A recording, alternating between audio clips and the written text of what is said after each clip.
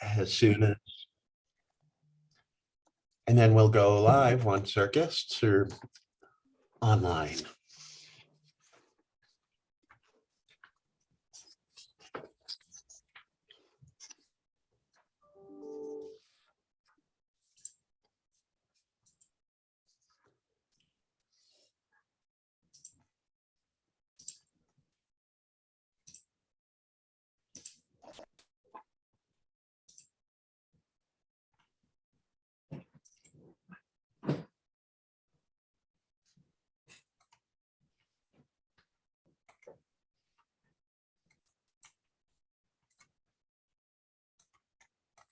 All right, we're ready to go.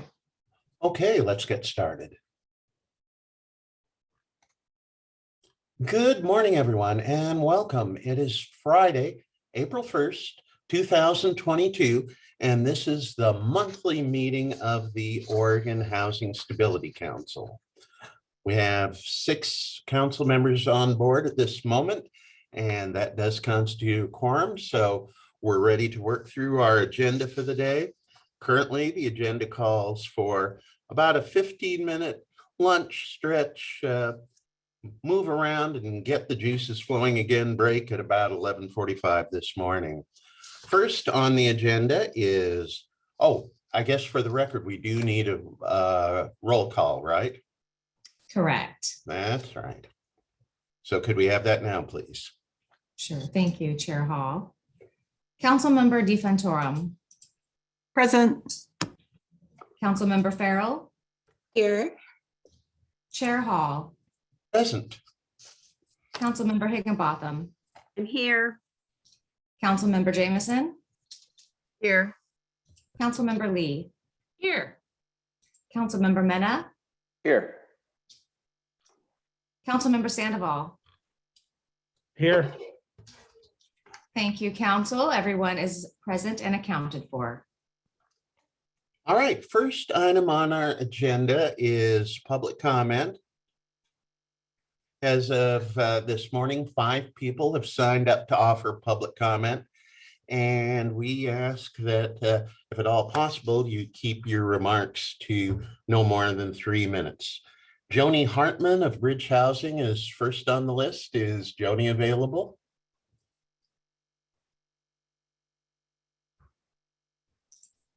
Go ahead, Joni. Thank you. I have decided not to provide public comment at this time, but thank you for the opportunity. Thank you. Next on the list is Michael Havlick of Multifamily Northwest. I'm looking for Michael on the list right now.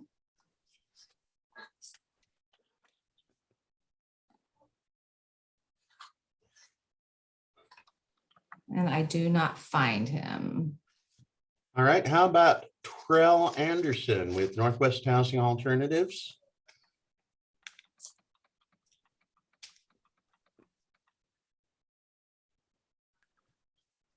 I do not find Terrell.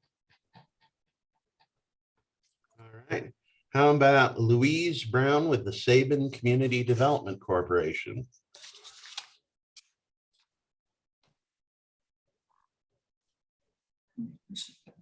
Right, she was right here and now she disappeared. Hang on. Okay. There we go. Okay. All right. Oh, okay. Is it Louise Brown with, are you on the line now? Hello. Hi, I'm here. Okay. My apologies. Hi. Good Okay. morning. Good morning. Yes. Members of the council and colleagues in affordable housing. My name is Luli Brown, and I work for Sabin CDC, a small organization that has served a primarily African-American community in inner Northeast Portland for the past 30 years. And currently, the Harvey Rice Heritage is our 2-site redevelopment of existing Sabin properties that was funded through the LIHTCs that were awarded in 2020. Back in 2020, remember when we thought COVID would be passing and no one even knew what Omicron meant?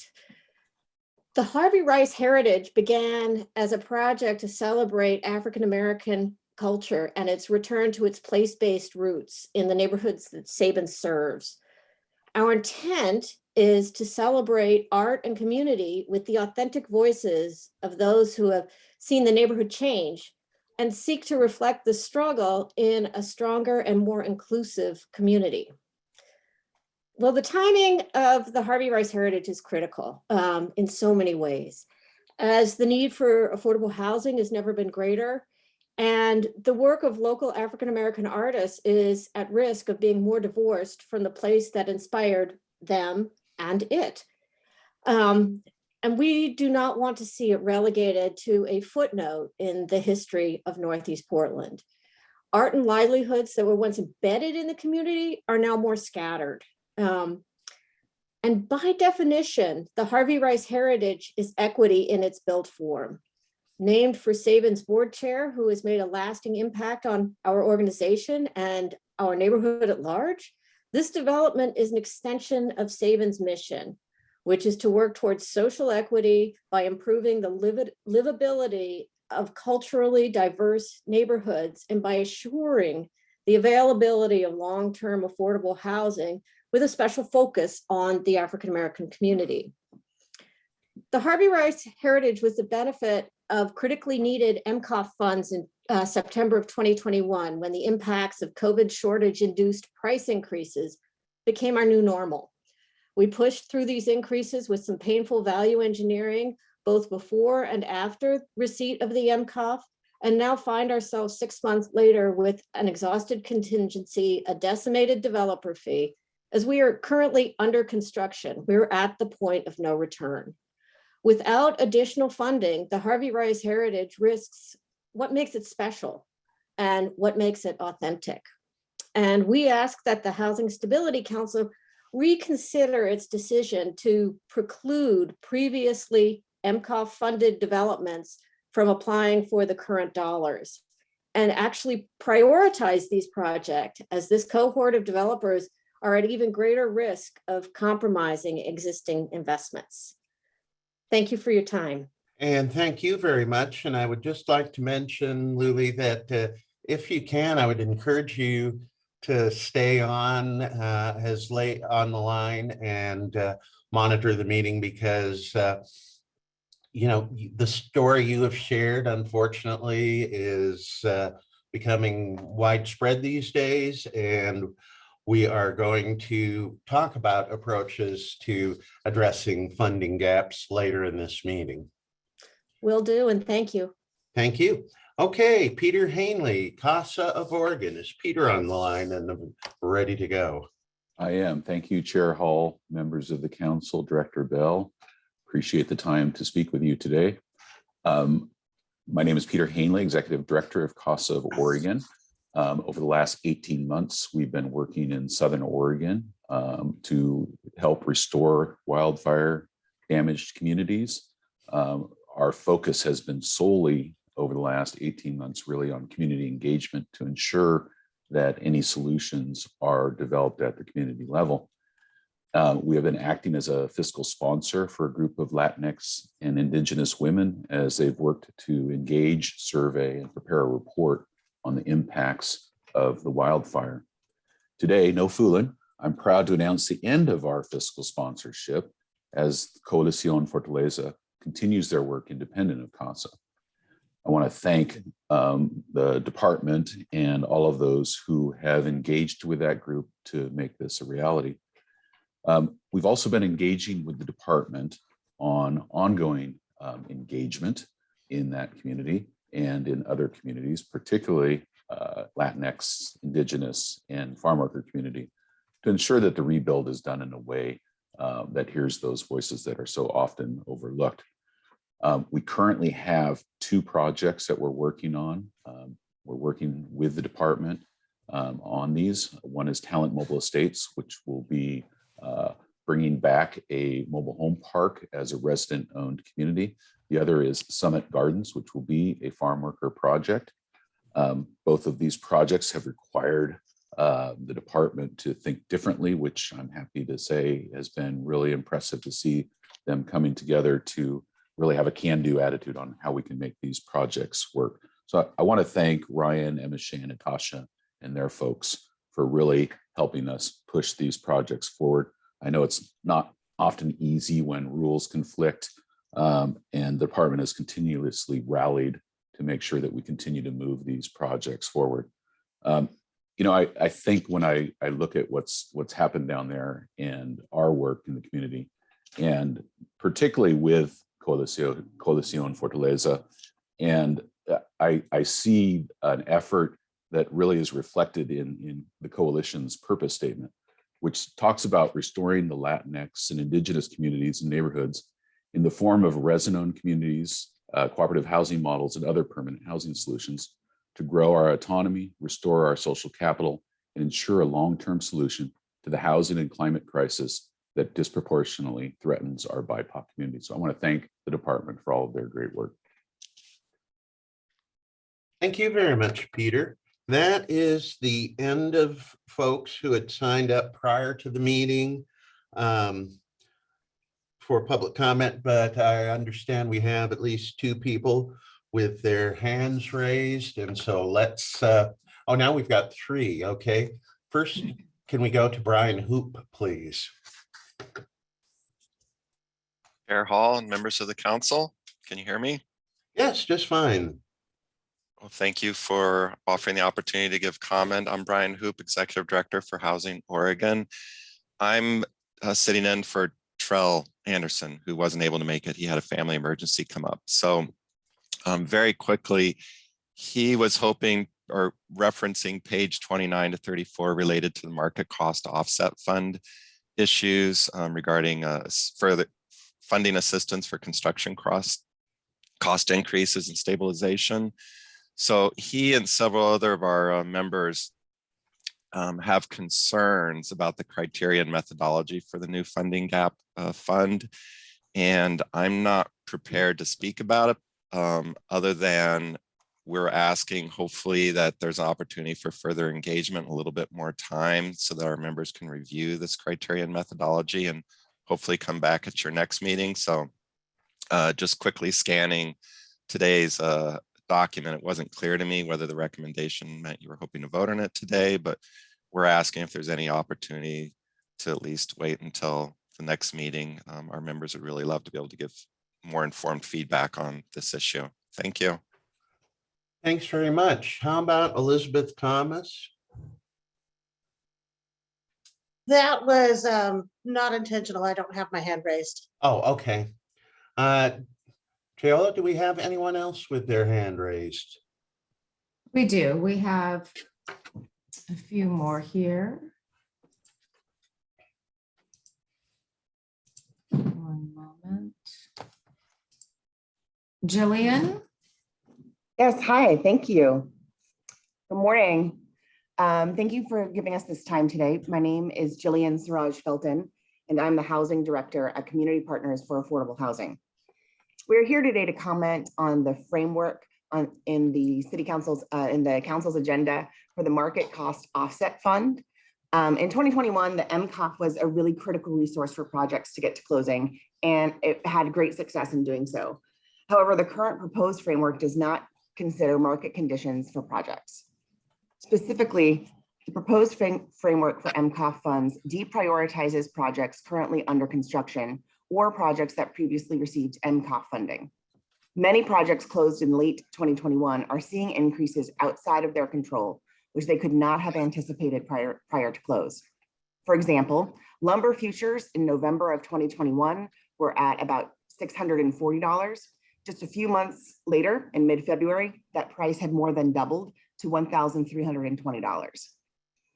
As developers, it is our practice to max out any local funding available before approaching OHCS in order to present a fully funded pro forma. Local funding during construction is therefore scant and very hard to obtain from local jurisdictions who have already allocated the maximum funding for the project prior to construction close. As developers and owners, we all enter into construction contracts with the understanding that should something go wrong, we will be called upon to guarantee the project. In regular economic times, this is not unreasonable, but these are not regular times. We would like to encourage the council to consider other options which safeguard funds without deprioritizing projects already in the construction pipeline. Regarding the acquisition funds available with this same MCOF funding, we'd like to suggest a more broad funding standard, understanding that site control is the first step in any application process. It's a narrow group of applicants whose projects are already funded with other sources. In order to obtain site control, a project needs to have an acquisition strategy and a funding commitment. It's hard to understand what projects this framework is looking to serve. In our experience, assistance with site acquisition is fundamental to a funding application. We would suggest that this funding be opened up to nonprofits acquiring sites for future development and not be limited to sites which already have funding. We thank you for your time and would welcome any clarifying questions you would have. Thanks for your input. Now I see we have Stephanie Condor signed up. I'm on. Can you hear me? Yes, we can hear you Awesome. just fine. The floor is yours. Okay. I'm going to sound like an old hat, but I too am here to just speak about the market cost offset fund. I do believe that this is a great step in the right direction, and I kind of applaud the fact that you are being proactive, understanding the market conditions that developers are facing in affordable housing and all over. You know, we are seeing barriers with procurement, labor increases, fuel price increase, and rising interest rates. I want you to encourage the following things when deploying these funds. Think about extending out this criteria of the 30 to 90 days within close, because although a project may have a reservation of funds, a large gap may be prevalent far prior to this, because you're going in and pricing at different milestones. So you're looking ahead and you know what's coming. And if you're not able to find this gap funding, you're going to stall those projects as well. So this 30 to 90 days, by 30 days, I really do think you should think about this, even extending 6 months to a year.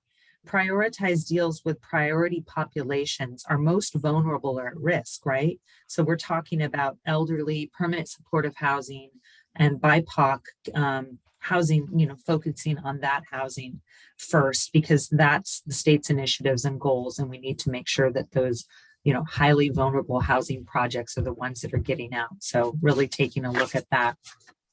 And then rather than limiting, I think it just to hard cost, I think you should also be considering these projects with the interest rate creep.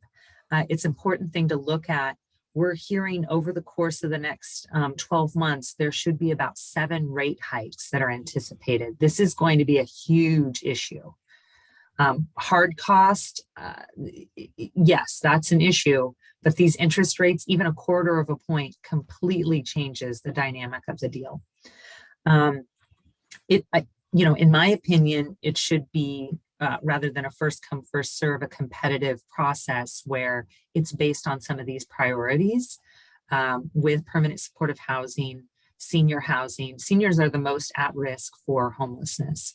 And they are the most increasing population to become homeless. So we need to be thinking about those types of initiatives and limit the amount per deal. So you can spread this around to multiple deals to ensure that you're maximizing these funds to get as many units out the door.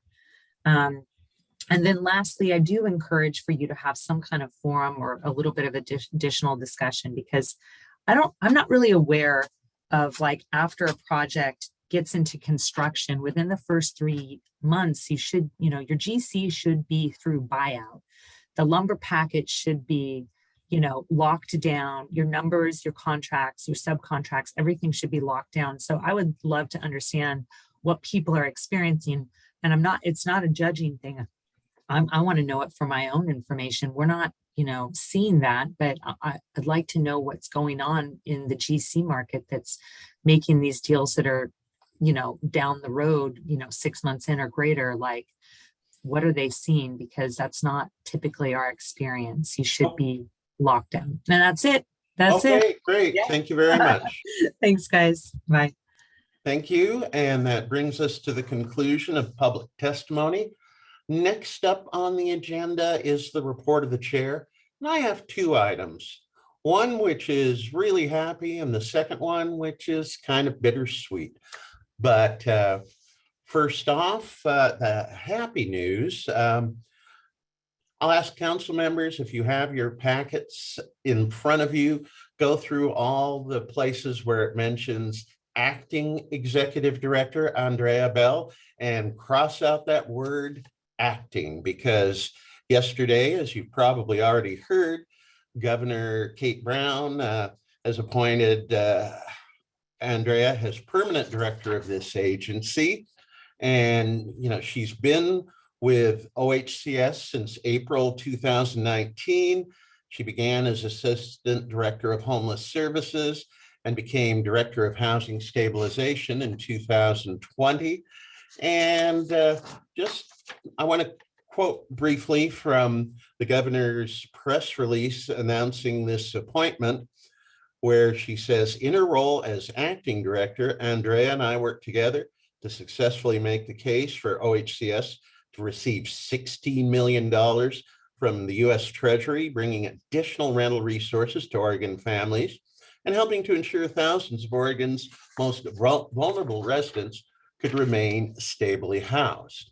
She has consistently demonstrated the leadership and collaboration skills necessary to expand affordable housing in Oregon, strengthen tenant protections, help people experiencing homelessness find homes, and address the racial disparities that have existed in housing policy in this country for far too long.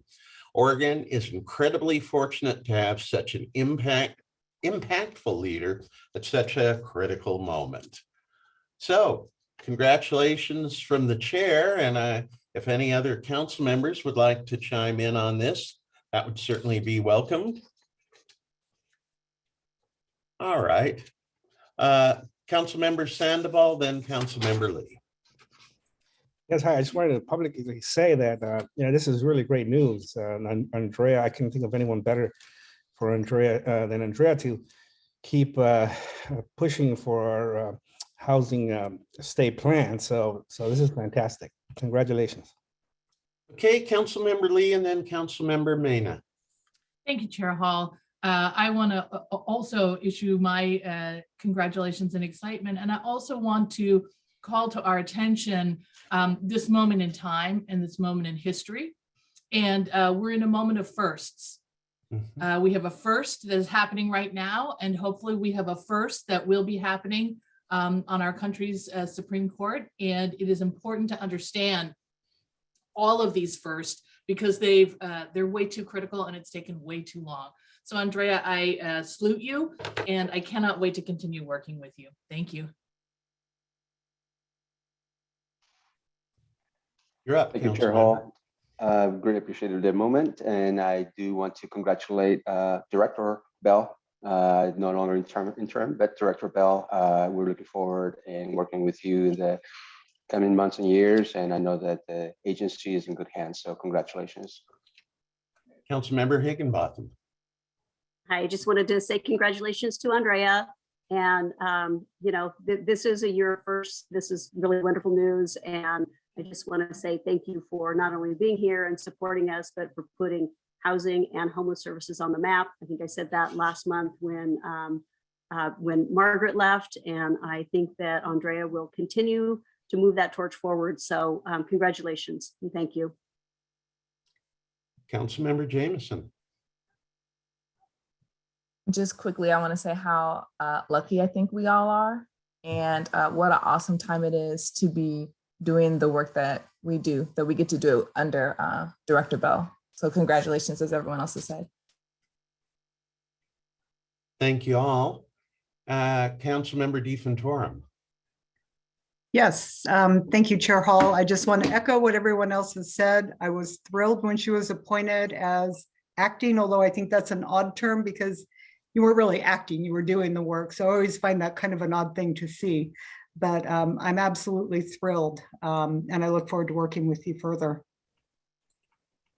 All right, thanks to everyone. And we will be hearing from Director Bell in a moment, but first need to make an acknowledgement of the bittersweet news that today is Councilmember Jameson's last Housing Stability Council meeting, as she has accepted a position in the state of Tennessee. It's been a great pleasure serving with her for the past year and a half.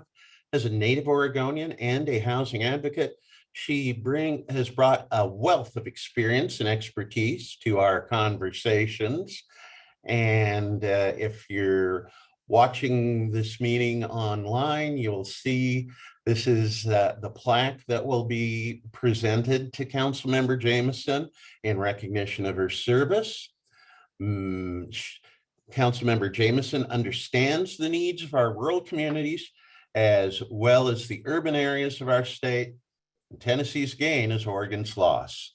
Let's all join in thanking Councilmember Jameson for the important work she's done on behalf of the council. And let's congratulate her on this wonderful opportunity.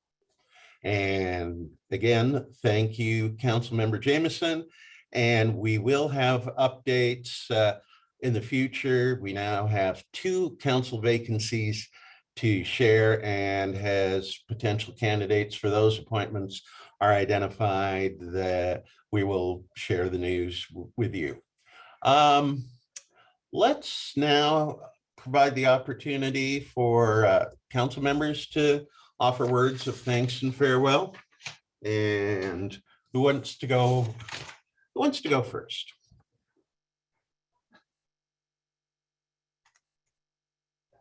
Okay, let's see. Sammy Joe, you're up first, and then Mary, and then Barb. Mary Lee, by the way. Yeah. Thank you. I didn't raise the hand icon. I physically raised my hands. You may not have seen it. Thank you, Chair Hall. Candace, oh my goodness. I am so happy for you and also so sad for us.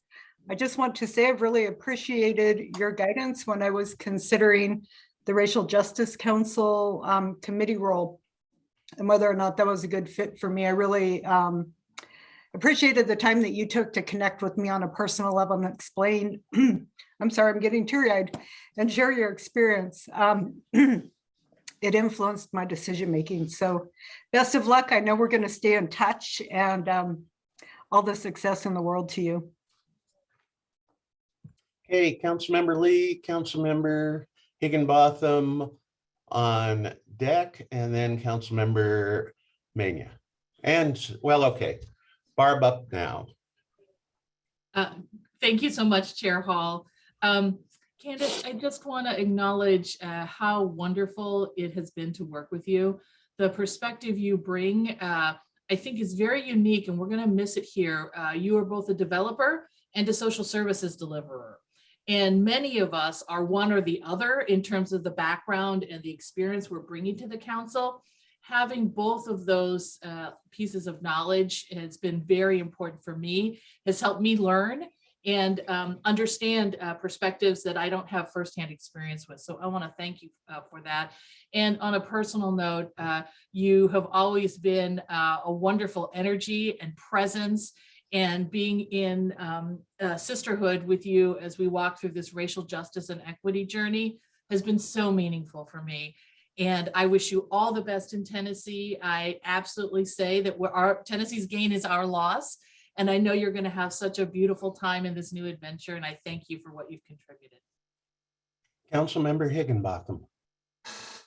So congratulations, Candace. And I just want to say that we will miss you. I think everybody knows that. But I want to point out that when you speak, when you have something to say on this council, I think it's always really important. And I always know that when you're going to say something, I'm going to listen to it because it's common sense. It's from an awesome perspective. And I just really appreciate that in you. And I know that you'll bring that to your next position. So thank you so much. Councilmember Mena. Hello, Candace. Unfortunately, we're not able to meet in person, but I greatly appreciate your thoughtfulness, your perspective, and the equilibrium that you brought to the conversations. And I know that's something that's going to be sorely missed. And I do look forward in meeting you someday and engaging in those conversations. So congratulations on your new endeavor, and we're going to miss you here. Thanks, Councilmember Sandoval.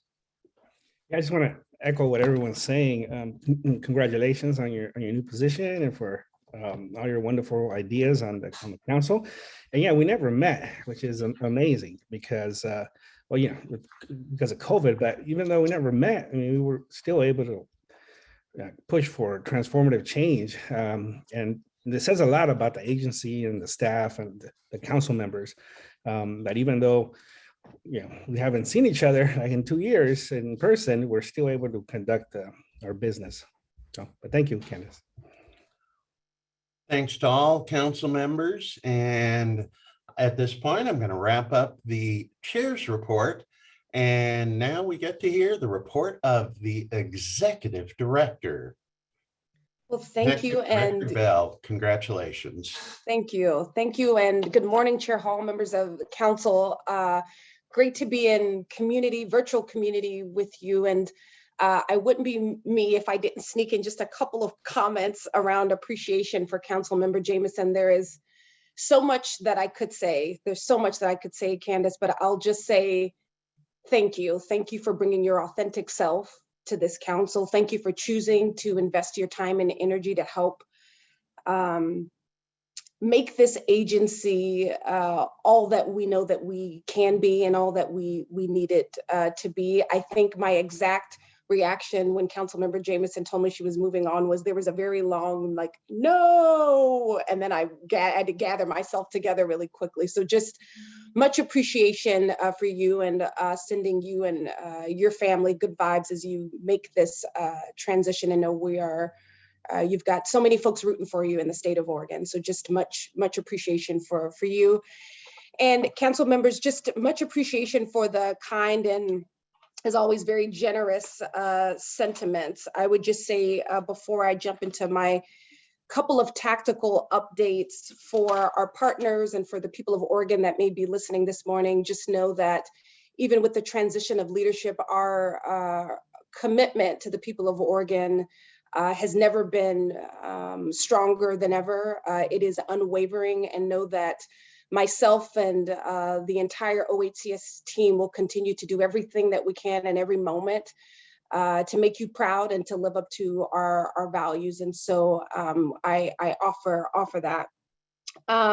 Couple of things just tactically here this morning. You know, over these past months, we brought a girth of items, COVID related, non-COVID related. And so I just want to elevate, and before we get into today's agenda, just as a recommitment and doubling down of our commitment to the humanity of our work. We're talking about a lot of broad, technical, federal items, programs, and policies. And it is not lost on us that we're also talking about the quality of lives of the people that we serve and really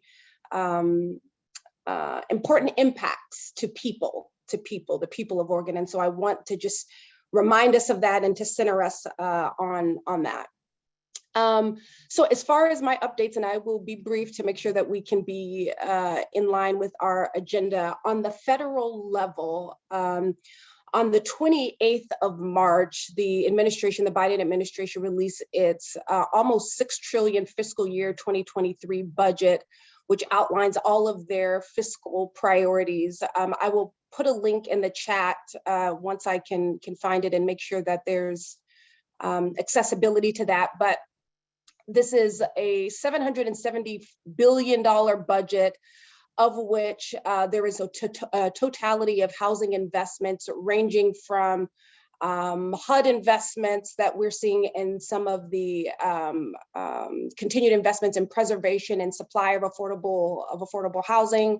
We're seeing notes of investment in the housing credit and home investments, and then also some increased investment on the USDA side. So I won't go into all the technicalities of that, but I wanted to just elevate that for our collective consciousness, and then we'll bring that back and keep the council apprised of that. And then on a note, there's a important public comment that was raised around our collective work in terms of wildfire recovery and resiliency. We have and will continue to bring these items to council, but I wanted to just provide a little bit of an update on the Community Development Block Grant, CDBG, DR, disaster recovery outreach, which we've talked a little bit to council about. But the initial round of outreach has been really focused on prioritizing areas of investments and remaining unmet needs from the 2020 Labor Day fires. The team has been actively and hard at work to really make sure that we are having the appropriate community spaces to listen, to learn, and to hear how we can best optimize use of these funds. The team has met with 10 government bodies, so our city councils, boards, county commissioners, state tribal consultation bodies as well, to really hear feedback from them, but also in addition to community-based organizations around what their experience is, specific ways that we need to think about utilizing and programming these funds as we put forth this plan. And so just to elevate a couple of things from that conversation for council's awareness. So a lot of the survivors are continuing to struggle with just housing recovery, including many who are moderate income or just above that threshold. And then also many of the survivors were underinsured, if not uninsured.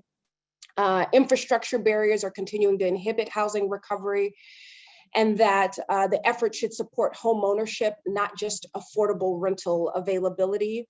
And then also just interest in wise investments, including resilient housing types and construction methods as well. So again, the team will continue to bring you updates on that, but just wanted to make sure that you all have some of the latest developments around what we're hearing and how we're prioritizing community engagement in that. And then the last topic that I have, and I'll maybe pause for any questions if council members have them, is a little bit of a different topic, which is around internal OHCS business in terms of how we're organized. So we've talked with the council previously about how we're continuing to grow as an agency. The diversity of our work has changed. We've obviously had an increase in funds. Just the sheer staffing girth of the agency is evolving and growing. And with that, we have recognized that there needs to be an evolution and focus of the executive leadership and internal structure and functions of our agency, with a particular emphasis on organizing and coordinating operations in pursuit of sustainable workloads for people across the agency and living out our equity and racial justice values, both from an operational, policy, and procedural perspective. We've brought on a new central services director, Sarah Roth. You'll be able to meet her at a future council meeting to really help sort of steward us into that new place. But just as a primer for what you'll hear in next month's meeting, we intend to bring a couple of internal topics, again, which is a little bit different from our normal cadence, so that we can give you some insight into a couple of key things from a structural standpoint, which is hiring, staff hiring, retention, and then demographics and trends. You may recall that some months ago, we've talked a little bit about the demographics, hiring trends, but we want to be able to talk sort of in real time, what we're seeing, how our workforce is trending and changing, and be able to offer some open dialogue on that. And then the second thing that we'll bring to you is also around portfolio project management and how we're organizing initiatives to be more coordinated across the agency, to be focused and prioritized on greatest value add to the agency. And so I'm bringing those things up because we've brought to the council a lot of growth of the agency, and what we also need to make sure that we're bringing to you is how we're organizing the business of our organization and the structure, so that we can, yes, grow, but that we can grow to scale and manage that in a way that does right by the people of this organization and manage workloads, to be really honest. So those conclude my main updates. I'm happy to hear or receive any questions or feedback that the council has. And I think that's it for me, Chair Hall. Thank you, Director Bell. And do any council members have questions or feedback for the director at this time? Looks like the answer, okay, Councilmember Lee. Thank you, Chair Hall. Just was waiting to give space for other folks. Thank you so much, Director Bell. Looking forward to the internal focus. I think that is also part of our responsibility to understand not only impact of programs and the impact of our staff people. So thank you for that. Looking forward to it. And I'm wondering, I didn't see it on the agenda, perhaps I missed it. How are we going to have a conversation about setting the agenda for the retreat? I'm interested in a couple of items, if there's space and time to get on there, and just wondering where we're going to have that discussion. Yeah, thank you for that, Councilmember Lee. So just much appreciation for the openness in having some of the internal focused conversations, because I know those are not items that we typically bring, but we feel like given where we're at, it's necessary. So appreciation for that. And then for the council retreat, we will be planning to have a draft agenda out to the council for review and acceptance of feedback in the days ahead of actual solidifying that agenda. So that is to come. We'll have a draft out just to make sure that agenda is representative of collective needs and get some honest feedback there. If I might, if there's room or for consideration, I think this continuing discussion about what are our responsibilities and how do we fulfill them as a housing finance agency is really at the top of my concern, because I am the most ignorant about that. And I think because of the money that's been flowing through for the emergency response work of all sorts and all types, that's really taken a back seat, and rightly so. However, I do believe this is now a time where we're beginning to pivot, and we need to really inhabit that role as a housing finance agency. So I'm hoping we'll get some time to both for education and for some visioning and policy discussion. Thank you. Absolutely, and duly noted. Thank you for that, Councilmember Lee. Is there any other person on the council who would like to offer feedback or ask a question to the executive director? Hearing none at this time, let's move forward to our next agenda item, and that would be the report from the Homeownership Division. And Director MSA Perfecto, are you on the line and are you ready to set this up?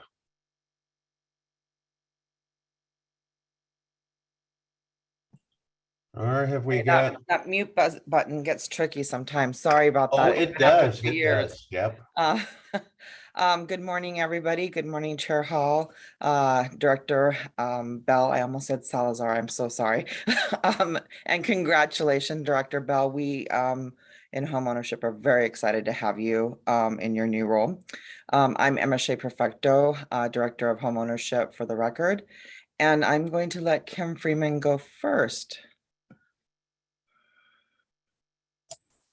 Thank you very much. Good morning, everyone. Chair Hall, Director Bell, Housing Civility Council members. For the record, I'm Kim Freeman, the Assistant Director to Homeownership Programs. And this morning I have 2 Oregon bond residential loan files for your consent approval. But before that, I do want to share a little bit of the demographic information that Councilor Lee asked last month. And so I want to make sure that we're reporting on those as they come to you. So just in reference loan number 1, there's 2 borrowers on that particular file and they both are white. Loan file 2, there are 2 borrowers on that as well and they are both Hispanic. So I'm pleased to say that both of these files, the HMDA information, which is the Home Mortgage Disclosure Act. So that's the demographic data, was completed on the loan application and our demographic form. So we're getting the word out and they're coming in. I know Councillor Lee, this has been one of her projects and we've embraced it. And, just a shout out to our loan officers and our mortgage partners out there, really embracing our statewide housing plan and understanding the clients that we're serving. And with that, I'm happy to answer any questions.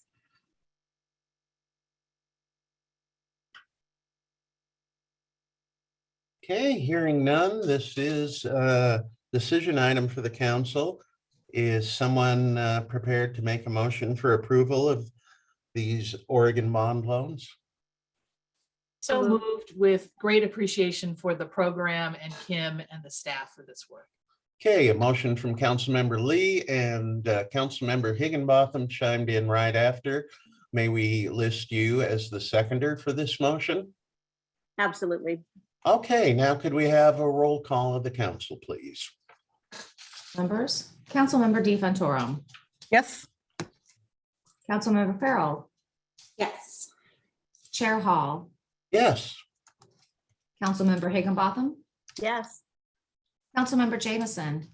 Yes. Councilmember Lee. Yes. Councilmember Mena. Yes. Councilmember Sandoval. Yes. Thank you. Motion passes. Great. Next item is the Homeownership Assistance Fund. Yes, thank you, Chair Hall and Director Bell.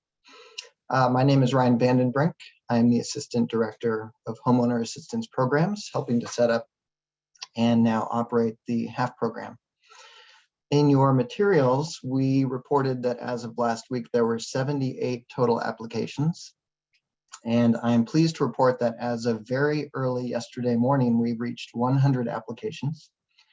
Not all of those will be in the correct phase for our very limited scope opening right now. We're focusing on helping the homeowners that need the most assistance. Those are in the foreclosure process or the foreclosure pipeline. And I am happy to report that out of the 100 applications, about 1/3 of those are what the Treasury has defined as SDI populations. Those are minority homeowners or homeowners that are in certain zip codes that have been disadvantaged in the housing or mortgage markets. And I'm happy to take any questions that you may have on that.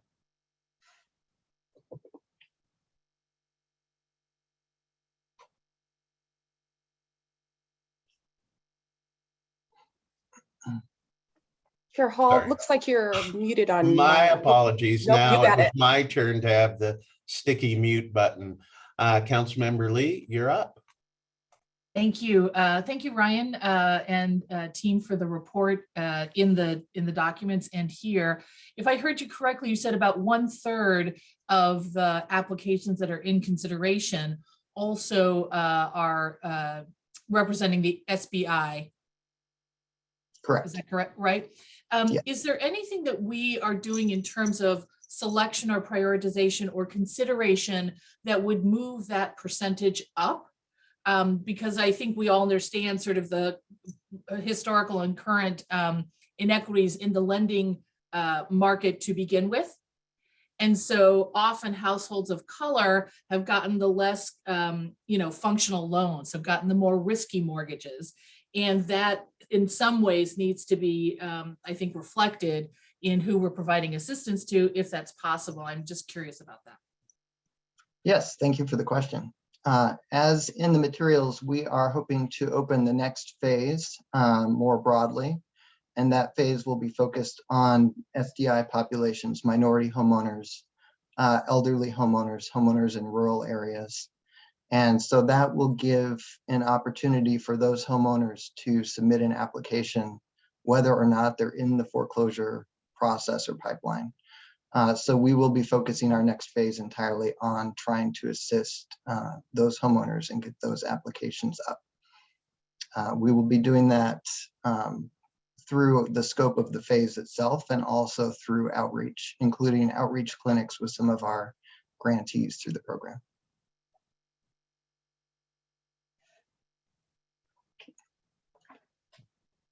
Do we have further questions or comments from the council? If not, we'll say thank you. This was an informational item only with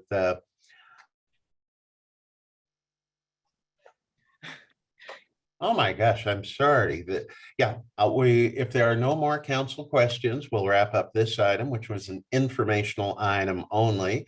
No council action required, and OHSI final report is the last item on the agenda for this portion of the meeting. So I'm going to speak briefly while Cassandra, so Carmel, her last day was yesterday. Oh. So today, Cassandra Cooper will give some highlights, but I want to very quickly talk about OHSI. OHSI is a program that has been opened and closed many times. But the thing that struck me when I first came on to the agency and really started to get to know folks is how many people started in OHSI and how many people in our agency, that was where they started, they've moved on, but it's been this core program for the agency for quite a while. And so last night we had to get together for our official closing. We sent $20 million back to the federal treasury. Unfortunately, we tried to spend every penny, but just couldn't. We kept making the money back. So but even our deputy director, Caleb Yant, started in OHSI. I don't know if anybody knows that. Kim Freeman. We just, and we sat there, and we currently have 2 staff members that are children of previous directors. I jokingly said we kidnapped them so that we could keep running the program in half. So a lot of the people have transitioned into the half program. But we have folks from OHSI that are in Treasury, Secretary of State. I'm trying to think if there's one other place. All across the agency, we've got some managers that came from OHSI that are now managers in ARB. It's really a program that has brought us a lot of talent to the agency. And, more specifically, I want to say, these folks have stuck through. I mean, some of them stayed till the bitter end in limited duration positions, knowing that there was going to be an end, not just once, but many times over. So it's a program that I'm very proud to have been a part of. But it's also a program that, has served a lot of Oregonians. And I think Cassandra, are you on? There was a shift. Did anybody see Cassandra yet? Emma Shea, I did not get that update, so she was not added to the list. I'm right now trying to get that information to her so she can be a panelist. Okay, I thought CC was Cassandra Cooper, so my mistake too, sorry. But anyway, this program has almost shut down, I think on three different occasions. They were telling a story yesterday where they were sitting there on their last day. They sent their money, the program was closed, and Margaret, one of the Margarets, I don't remember which one, came in and said, oh, by the way, we just got $95 million. So we're reopening. So the resiliency of the folks in this program is just amazing. And, I think the numbers they gave me, if I don't get Cassandra on, I'm sorry for the error there, is we spent $317 million in this program to help 17,000 homeowners avoid foreclosure. So the numbers are amazing, and the program has really done what it was supposed to do. Did we get Cassandra on? Oh, I'm trying to Not get yet. a hold of IT. Emma Shea. Huh? She is. Oh, interesting. Okay. Yeah, with the same beeping. Oh, she is trying to log on right now. Okay. Cassandra is. Okay, thank you. Mm-hmm. Sorry about that. So I feel like I need a joke or something in between. Should have one in my pocket. Director Perfecto, I'm just wondering, do we want to move to another home ownership item while we're waiting for Cassandra to join? In the interest of time, I want to be mindful of. That was our last item. And, Okay. and again, my apologies. I saw somebody who was CC and I assumed it was Cassandra Cooper. So I wasn't worried about Yeah, that's the closed captioning feature. I should have known that. I mean, if you'd like, we can move it to next time and just give you, it was just a quick slide deck of the number of people served and just to close out of the program.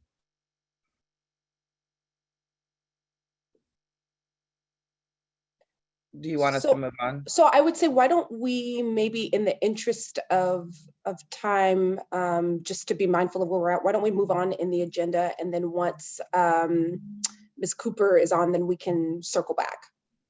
Okay. Does that sound okay, council members? Okay.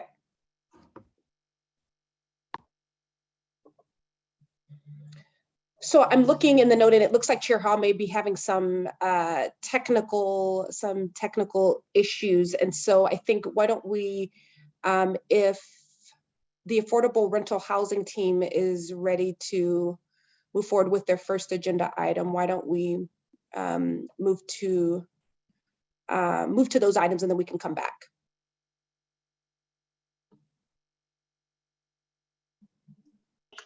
I'll look across here, the Zoom landscape. I think that we are ready. Hello, well, I guess Chair Hall, Housing Stability Council, and Director Bell. We are also thrilled to have you on as our full-time, non-acting, acting for real executive director.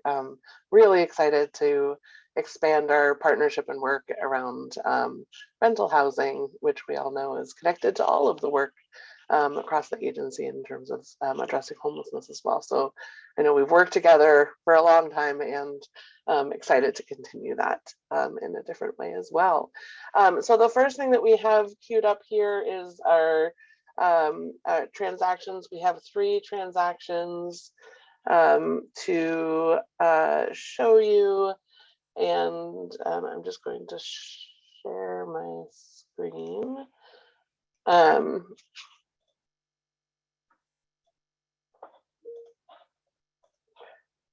And before, which Ty Denson Strain will take over the presentation of the projects, but we did also last month when we connected, I know Council Member Mary Lee was really interested in understanding more about how we were evaluating projects in light of what they're doing in terms of equity and racial justice. And we have made some substantial changes in the way that we're engaging with projects that, especially those that are funded outside of our traditional NOFA processes. So I think I'll ask Roberto, Assistant Director Roberto Franco, to kind of talk through that a little bit and then hand it off to Ty. Thanks, Natasha. Good morning, Chair Hall, members of the council, and Director Bell. It's Roberto Franco, Assistant Director of Development Resources and Production. Getting into the work in the field of equity and racial justice, I think we've elevated that work in many areas. The projects that do not come through a competitive processes in which they are not able to fully describe the work that they're doing, we've now engaged and expanded that engagement with them to understand better how they plan on helping us meet those goals.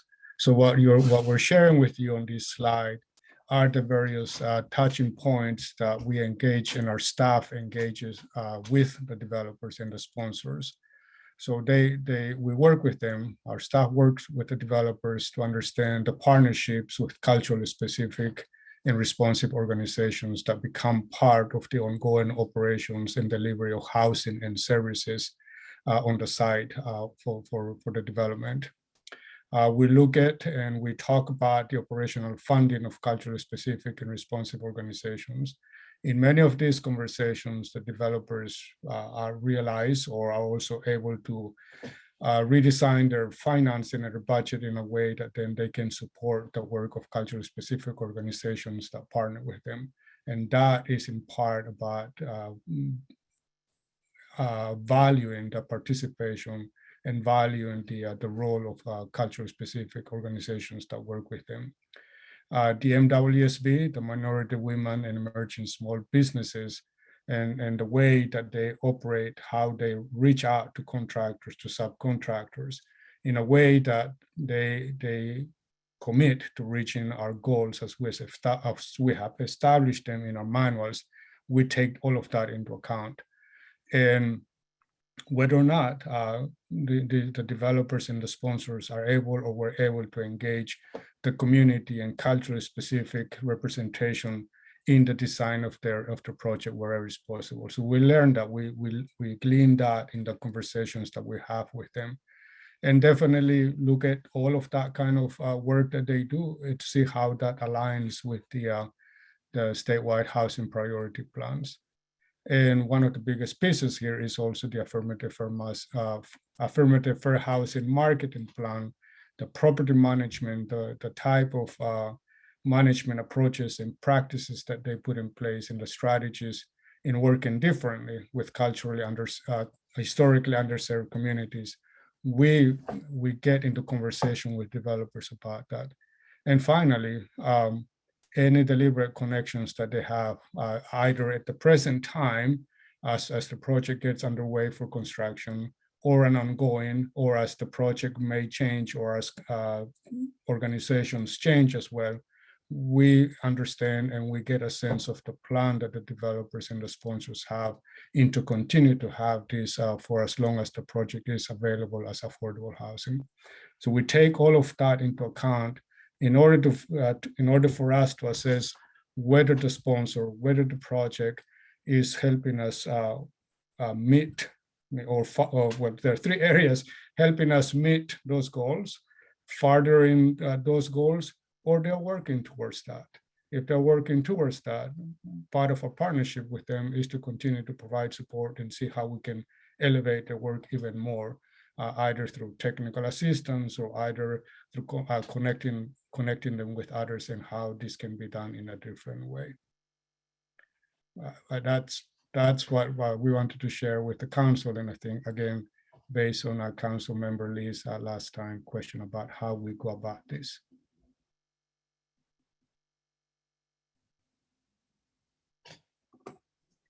Natasha, are you wanting any discussion or feedback from the council at this time, or would you like to go straight into the recommendations and the project overview? Let's go ahead. If you have comments or thoughts around that, I think this is probably a good time to do that, and then we can transition into the projects. Great. Thank you, Natasha and Roberto. Any feedback or comment from the council?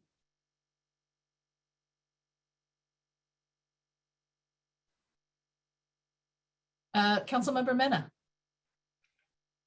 Thank you, well, Chair Lee, for now. I greatly appreciate the more in-depth look at how the equity component is evaluated. Definitely very interested in seeing the results, and I know it'll take years to assess and amass that data, but thank you for sharing, and I think it's important, very important work, and that's something that we must strive to ensure that our community benefits from all those investments. So thank you. Thank you. Anyone else? All right, I got to take my facilitator hat off and make a few comments myself. So thank you, Natasha, Roberto, the team. This is just so wonderful. I really appreciate the frame. I appreciate the detail of how the frame is going to get assessed. And I thank you for it. And I think similar to Councilmember Mena, I am interested as we move forward, not now, to know how we're going to track the data we're collecting in each one of those areas. And as someone has been assessed as working towards, over time, are they getting closer to the meets? Or over time, are they getting closer to the furthering? And I think because this foundational work is now done, we can be in a perspective that says, okay, what are we going to learn? Are we tracking the data not for punishment? Are we tracking the data to learn and share that learning, not only in this field, but across all of the other programs? So super excited about this, super appreciative. Thank you very much. And I will recognize Councilmember Higginbotham. Thank you, Mary Lee. I just wanted to point out and just kind of emphasize that, you know, the investment of $7.8 million to $19.7 million in a rural area is huge for those areas. And I just so want to say thank you and just raise appreciation for those projects, because they're really exciting. I love to see that. I love to see housing grow in any area of the state, but specifically, you know, rural is my heart. So thank you very much for helping get those projects off the ground and a reality. They're very important. Thank you, Councilmember Higginbotham. Councilmember Sandoval. Yes, thank you, Chair. I sit on the commission, the State Commission for the Department of Land Conservation and Development, and we're creating rules right now for a program called Climate Friendly and Equitable Communities. And so all cities are above 10,000 population are going to have to implement these rules.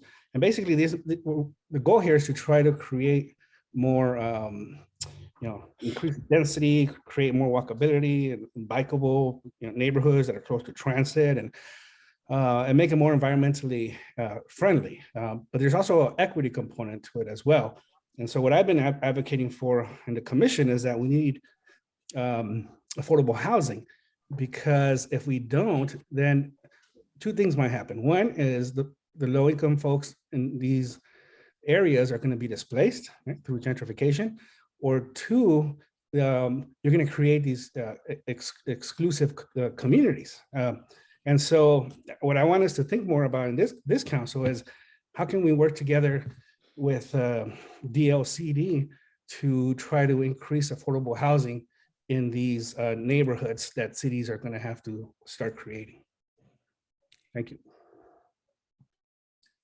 Thank you, Councilmember Sandoval. Is there anyone else who would like to make a comment?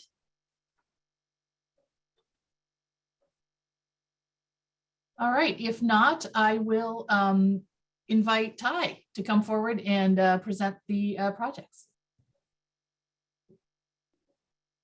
Good morning, Chair Lee, and council members, and officially Director Bell. I'm Ty Dunstan-Strain, production manager, and I'm here to present three transactions: Morehouse Apartments, Timber Ridge, and Tiger Senior Housing. Next slide. So Morehouse Apartments is a 60-unit project. It meets the equity and racial justice criteria. Were classified as meets. The developer is Chrisman Development. It is a excuse me. It was part of the Lift 2021 awards, and additional details are in the packet on the transaction. Just note that there have signed MOU partnerships with culturally specific organizations. So that's kind of the what we rating wise we categorize them in that sense. Next slide. And then Timber Ridge is a project in LeGrand. It's got 82 units, 35 units are being rent assisted. It's a partnership. It's a previous LIFT award partnership with Northeast Oregon Housing Authority and Community Development Partners. We classified this project as kind of working towards as in the survey there wasn't a identified culturally specific partner, but we have communicated and staff is engaged with that with the development team to see how that might be integrated, potentially in projects in the region going forward. Next slide. And then lastly, Tiger Senior Housing. It is a 52 unit, 58 unit senior housing project sponsored by Northwest Housing Alternatives. It is a just a 4% non-competitive project, but there is going to be Metro dollars a part of this project, and they are meets the statewide housing priority of affordable housing and homelessness. But at this time, there weren't any culturally specific organizations tied to the project. And with that, if there's any, happy to entertain any questions and ask that you can, or ask that you can, consider the motion. Thank you for the presentation. Any questions or reflections from the council? Just a reminder that we are in a new practice, I think as of our last meeting, where we are not voting on these projects separately. We're voting on them in a single resolution. If we're ready to do that, I would invite a motion, please. So moved. Thank you. Councilmember Higginbotham moves. Is it second? Second. Councilmember Mena seconds. Roll call, please. Thank you, council members. Councilmember DeFontorum. Yes. Councilmember Farrell. Yes. And for the record, Chair Hall has stepped out. They're having technical difficulties in that office location. Councilmember Higginbotham. Yes. Councilmember Jameson. Yes. Councilmember Lee. Yes. Councilmember Mena. Yes. Councilmember Sandoval.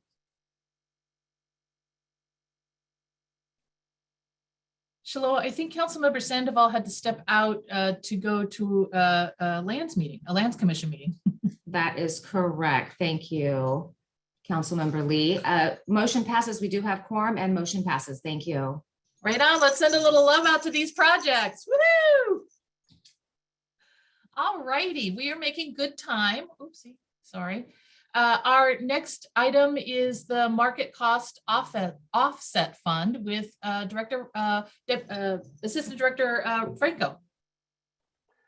Great. So before handing it off to Roberto, I just thought I'd take a minute. I know we heard some really important testimony this morning around this market cost offset fund. So I just wanted to kind of frame this resource for us and the information that Roberto will present in that regard. I think, in seeking resources from the 2022 legislature, I think the top need that our division put forward from, in anticipating this situation or seeing this situation continue, I've wonder at time how long you call it unprecedented when the volatility just continues to be volatile.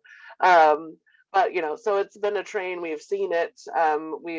This is asking for a renewal of our market cost offset program because this has been going on, and we've this is our second turn of these resources, and this was really the top need. This is what we identified was critical and very timely. And I think what we've tried to put forward here is a process that allows OHCS to engage collaboratively with projects, to assess where there's opportunity for projects to reduce cross-project budgets, where there's opportunity for increasing deferred fees.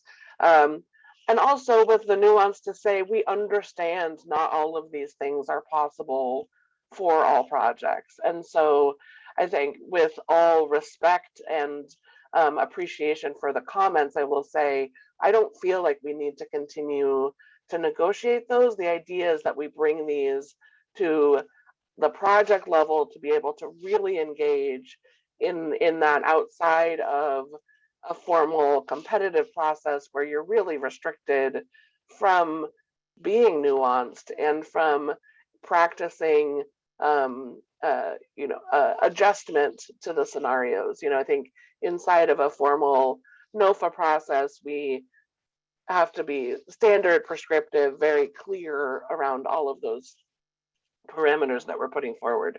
So I think part of what's really been successful about the way that Roberto and his team have deployed these resources in the past has been that ability to negotiate, that ability to think about, there's the 50 million from the legislature for the construction costs, there's 10 million for, where we can see acquiring the land can help, limit additional increases that are unanticipated, as well as what are the other tools that we have within affordable rental housing?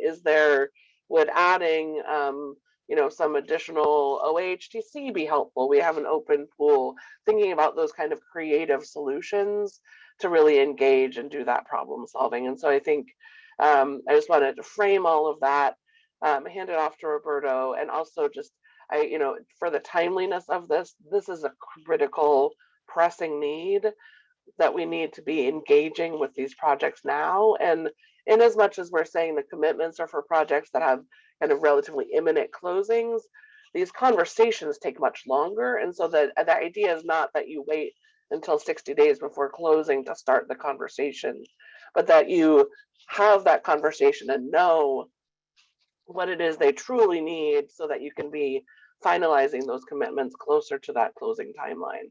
And so I'll stop speaking to it all and hand it off to Roberto to discuss further and then have additional dialogue. All right, thanks, Natasha, for setting that up. And then what we're also asking in the recommendation that we're also bringing forward is continuing and opening the market cost offset fund, but also really the ability for the finance committee and for the executive director to help us expedite and review these requests and approval. That's really the motion that we would like to come to an end, is that time is of the essence for a lot of these projects, as we heard. And so the ability for the finance committee and the director to review them, to approve them, so that these projects can have the funds to move forward. The time between council meetings is that 30 days that can stop or derail a project. So that's what we're bringing to you. Underlying all of this is really, the idea of how we can make this work in a way that it provides resources to as many projects as it is possible, in a way that it can deploy resources to communities where there's no other resources. So we work on a statewide basis. So we have to keep that in mind, that while there may be a lot of projects in one region, there are also other projects in communities where they just don't have other resources to tap into. So that's the balance and the prioritization that we have to keep in mind. The House bill that appropriated these funds for us, the $50 million, and anything else that we can add to the pool, but the $50 million that was appropriated is really to address those cost increases that impacts the affordable housing projects that the agency has approved funding for or has awarded funding for. that means that these projects have been in front of the council. That means these projects have already been vetted by the staff, and they are active in our pipeline. Our staff, our underwriters are working on them. And that's the focus and the priority of the funds. It's limited resources. $50 million may sound like a lot of money, and yeah, it's a lot of money, but not in the scale for what the need is. We've got about 15 potential requests already, and each of them have different needs. And those $50 million are going to go fast unless we have some criteria that can apply or under which everyone can come in through. My intent is that to make these resources last as long as it is possible, because while we have 2021 projects experiencing these financial challenges, there will be for sure some in 2022. There will be for sure some in 2023. There is no guarantee that we can get more additional funding in the next legislative session. And if we do, it'll be far out there, not until after June of 2023. So all of that is in our mind. They're meant to be supplemental resources. And that means that we value and highly encourage, wherever possible, leveraging from other resources. That means from other jurisdictions, or that means leveraging from the developers and investors that can be part of this solution. I already mentioned that we need to consider the entire state. These resources, and that's the timing that we put in there to be able to close within 30 or 90 days. I mean, we can negotiate this, but the reason behind that is that these resources put the project to the finish line of closing. I'm not so sure that we can have the funds being whole for a project for 12 months if they're not ready to close, when another project may be really within that timeline and they can use those resources. Future projects, we may have to work with them if they face those similar conditions, that we can work with them as well. The circumstances are difficult, meaning these are financial transactions, these are real estate transactions, these are business transactions. And so we even ourselves, we find ourselves in these difficult choices and decisions to make, like any business must face. So that could mean that developers, our partners and sponsors may have to redo their numbers to look at where they are, and maybe more than one time. They may have to look at their cash developer fees, wherever it's possible to use some of that for the project. In some cases, and it's probably the worst case scenario, may have to redesign the project, scale the scope in order to meet that. Any of those possibilities, we're not dictating what those ought to be. The framework gives the opportunity for developers to apply any of those measures that can work. It requires a careful due diligence on our part, as well as our partners, especially if there is a partner with 3 or 4 projects that are facing the same. How do we do that?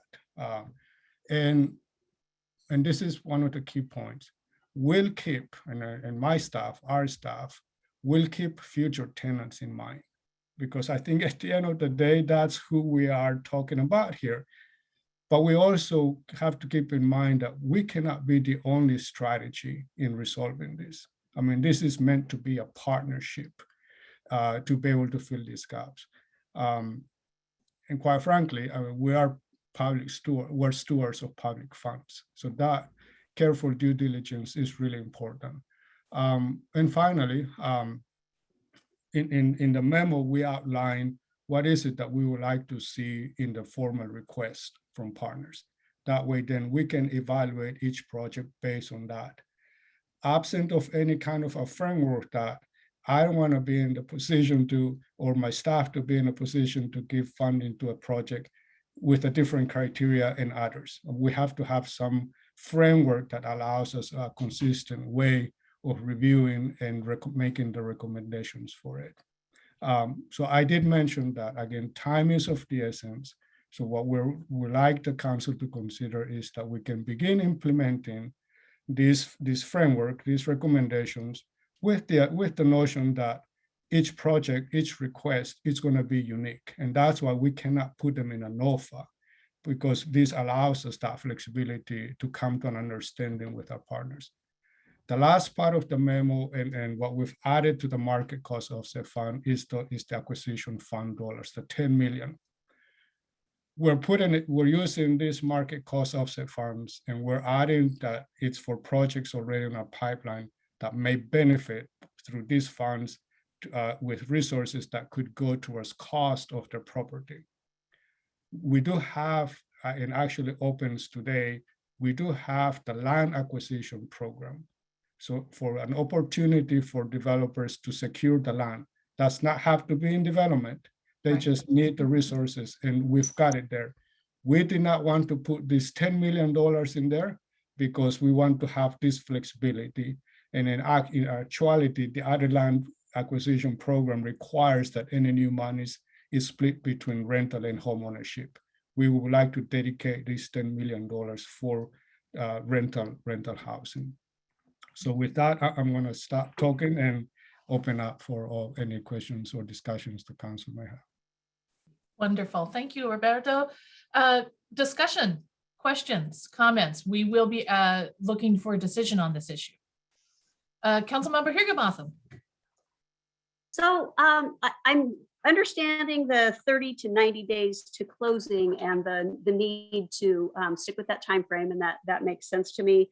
But I'm wondering if there's any assistance for projects that are closed, that are slated to open like within 60 to 90 days, 30 to 90 days. We've got a project, I have a project in mind that has come in, pretty much on budget because they've made, considerations and made some changes. They are on time, but there's one thing that's lacking, and that's the green space piece of it. And that particular project, those green spaces are really vital to that project because it's in an area that isn't close to a park and doesn't have, the walkability to that type of amenity for children and families. So what opportunities do we have to assist in a project like that?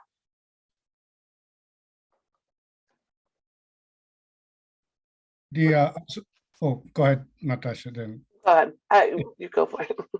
I was just going to add that under the criteria that we outlined, we say that we do not mention about projects that are ready to open to tenants, but we're saying that projects are already under construction we're not excluding them. What we're saying, you'd have to show and share with us all the measures that you've taken and that really were the last resort that you have. And so that, yeah, for those that are ready to open, I think we will need some conversations internally if we have any. But for this particular fund that we would like to deploy, it's tied to the construction or the closing of projects that are being delayed because of increased costs. Okay, thank you. I appreciate that. Councilmember Mena. Thank you, Charlie. Thank you for the thoughtfulness and the discussion and the information that's provided. I have a few comments. One of them is that it's difficult to really understand if the approach makes sense in terms of the need.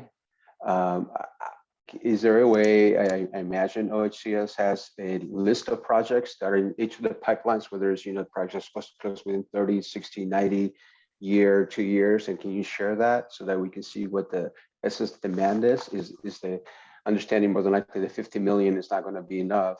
And then it's easier to talk about the prioritization in terms of, whether it's by time of closing or whether it's by population served or whatever that may be. So that's the first thing. The sense of the what is out there, it's unknown, and so it's difficult for me personally to say, yeah, that the approach that you're laying out is sound. The second comment is on this land acquisition. it doesn't make sense to me, and especially when we're at, providing a loan. I understand it's a loan at 1%, but providing this funding and then allowing for another 36 months before it can close. Well, in the 36 months, there'll be additional gaps. And so understanding that we're securing the land now in order to be able to, in the future, be able to begin construction, we're having an issue with projects right now that have gaps that actually can close or may close now. And so I am kind of more in line of expanding that provision on that land acquisition fund.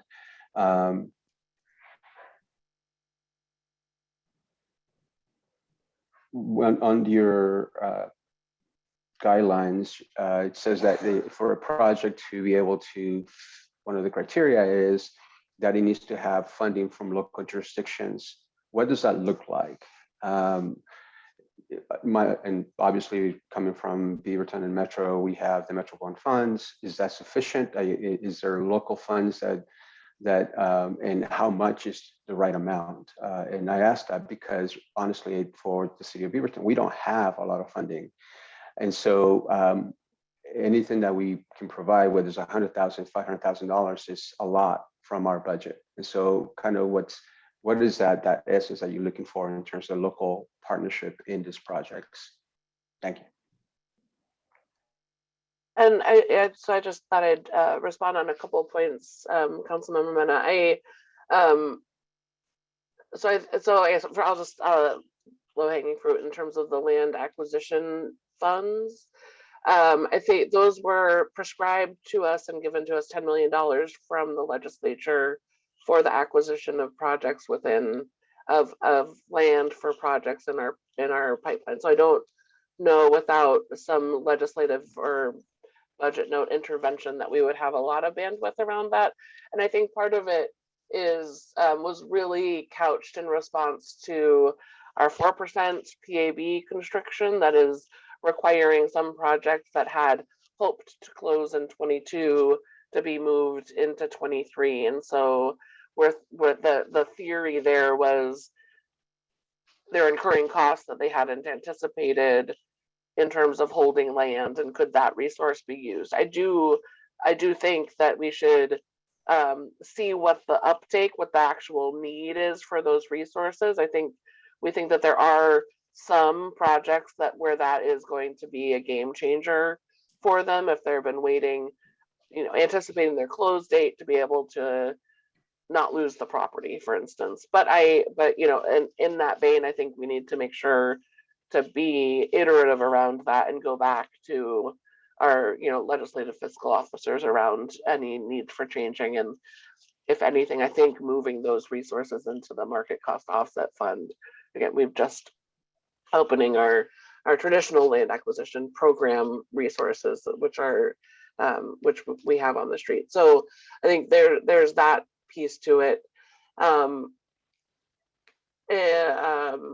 And I think the nuance of what we require for other funders to step in and do something, I think it really isn't with, and that's where we've avoided putting in a lot of really restricted, prescriptive requirements, that a jurisdiction needs to put in X% or the developer fee needs to do X, Y, or Z, because we do really need to be flexible to understand what are the jurisdictional abilities to intervene. I will say that we have, broadly been, very engaged with our Metro as the conduit for Metro Bond around, obviously a lot of Metro projects in our queue are having construction cost increases, and trying to get those, everybody, all of those different public funders to understand what that means and what's needed to help be a partner in this to move it forward. And so I feel confident that we wouldn't be withholding resources in a case where it's clear the jurisdiction. We can talk to the jurisdiction and say, what is your plan and what have you been able to do? The project has probably already worked with your jurisdiction. And I think we heard testimony this morning from developers saying that's our first step is our local funders. And we just want that to be common practice, that is not, and because I don't believe that's not everybody's first inclination. And we just want to make sure that it's not just saying, we'll just go to the state to solve this, because it'll go way too fast. And then I kind of lean on Roberto around the pipeline need. I think we're emphasizing that this was our critical need, set it out, as no less than 50 million would be sufficient to make a dent. And I think are optimistic that continues to be the case. They'll be able to make the dent, but it really, with the idea of getting, I think we have put it forward as a readiness component for thinking when we have projects that are queued up, ready to be deployed and create housing in communities, that is the lens, but that in our evaluation, surely looking at geographic equity, what are the vulnerabilities of population served? Is this a 60% project where the developer could surely walk away with less resources and help compromise a little bit further? I think those are all pieces of that evaluation. I don't know, Roberto, if you have other thoughts to add to that. No, I think those are them. I have a list, I'm looking at up here, of projects that have been coming in, inquiring about it. It means that they've been ready, they've been looking for it. And that's why we're trying to get those that are really getting close to closing, to give them that, whichever way that may work out, give them that the extra, help them with that extra step. In our pipeline for, especially on the 4% and private activity bonds, we also keep a tally of when projects may be closing in. But our focus, again, is on those that already have gotten a reservation of funds, and they have to be ready if it's not because of this funding gap that they are. But I'm looking at 11 projects right now that have inquired over the last couple of months, and we had to tell them we just don't have the resources at this time. And we told them that we were waiting for this $15 million, and now we have it. So now what I would like to see is that starting next week, that we begin this conversation with these 12 projects that I have a list on my board here, and go through it. And finally, and just to add to the note of one of the reasons, especially using the 50 million or any part of the market cost offset fund, one of the reasons we did not say, I'm just putting a number, we didn't say $1 million per project, because each project is going to be different. So I don't want to be in a position to tell a project, you only get $1 million when their need is probably $2 million. Or I tell a project, you get $1 million when their need is probably $500,000. That does not create, in our mind, a balanced approach, but we're working with partners based really on the individual needs. Thank you. Councilmember Jameson. Just really quick, I was hoping for a short just explanation. I know that the directors would like a vote today, and I also got from the public comment that they would like us to wait a month. And so I just wanted to get really clear why we can't wait a month, essentially, to make this decision. I think so. In my mind, the reason is that we have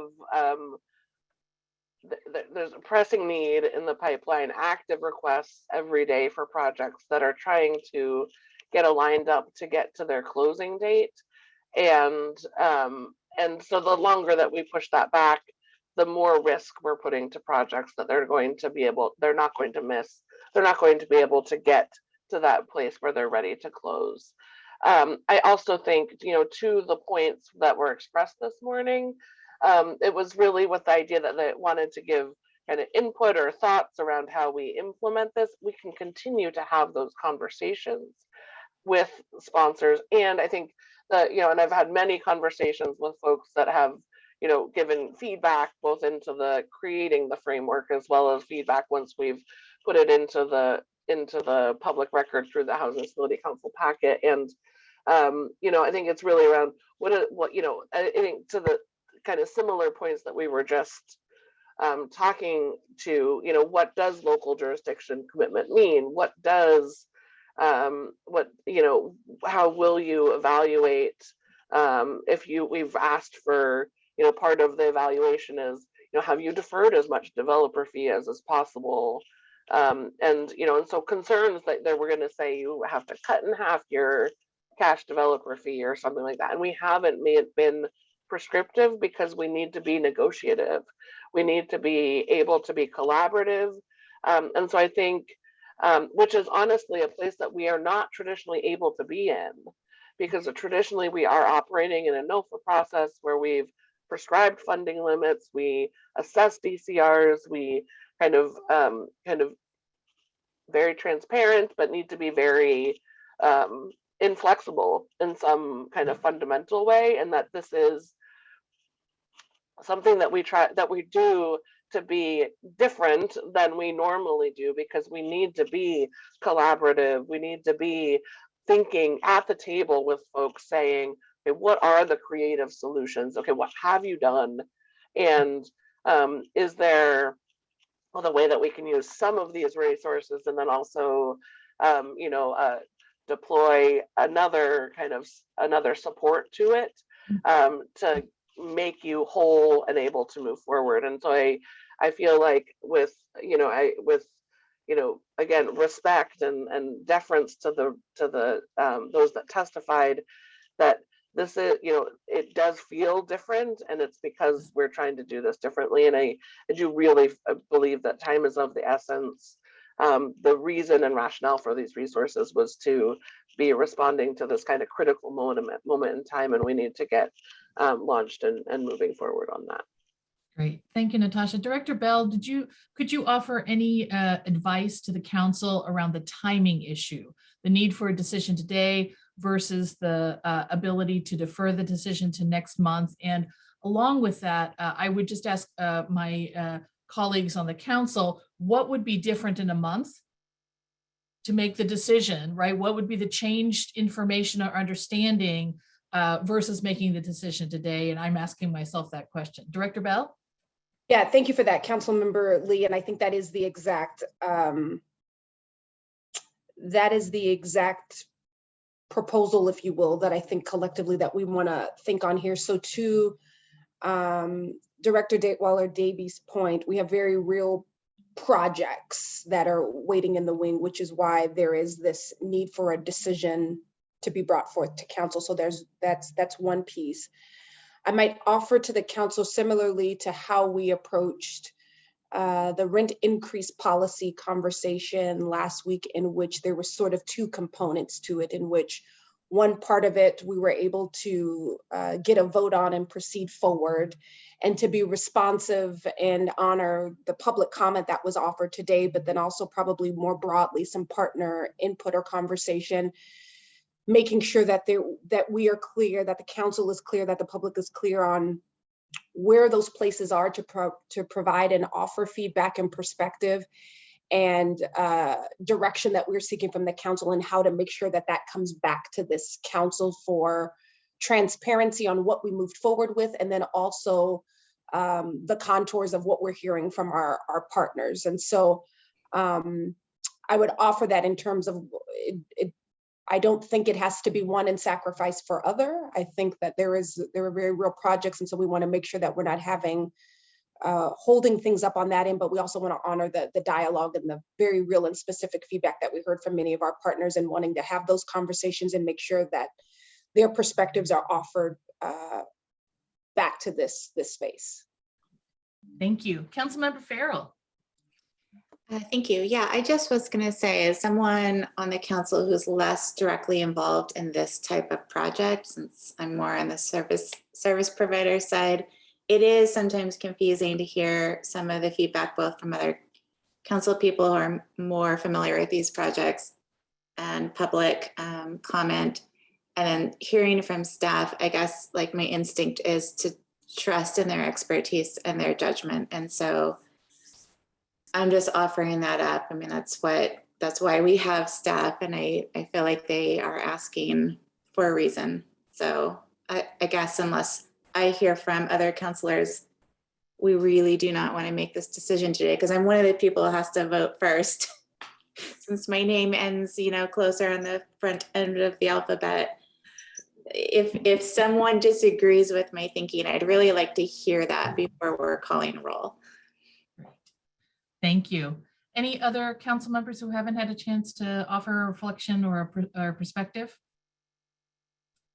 I want to offer a reflection and perspective. I want to lift up the fact that this is not the way we usually do business, both for the council and for the for the staff. And I think Natasha, your point about we usually do this within a procurement process. And once we're in a procurement process, there is no negotiation, there is no flexibility, there is limited engagement of a very prescribed matter. And what I hear from both of you is that this is an attempt to sort of do that tight, loose thing.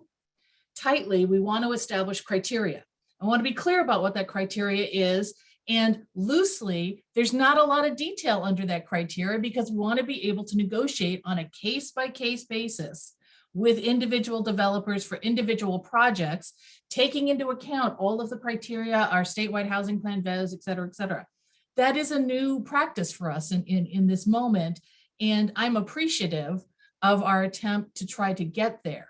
Now, I think the flip side of that is we then have an obligation to really clearly record the data and come back to this council and everyone else to say, we've been running for 90 days or we've been running for 30 days. And here's what we've done with the metrics and the evidence of where we've done so that we can see what's happening, right?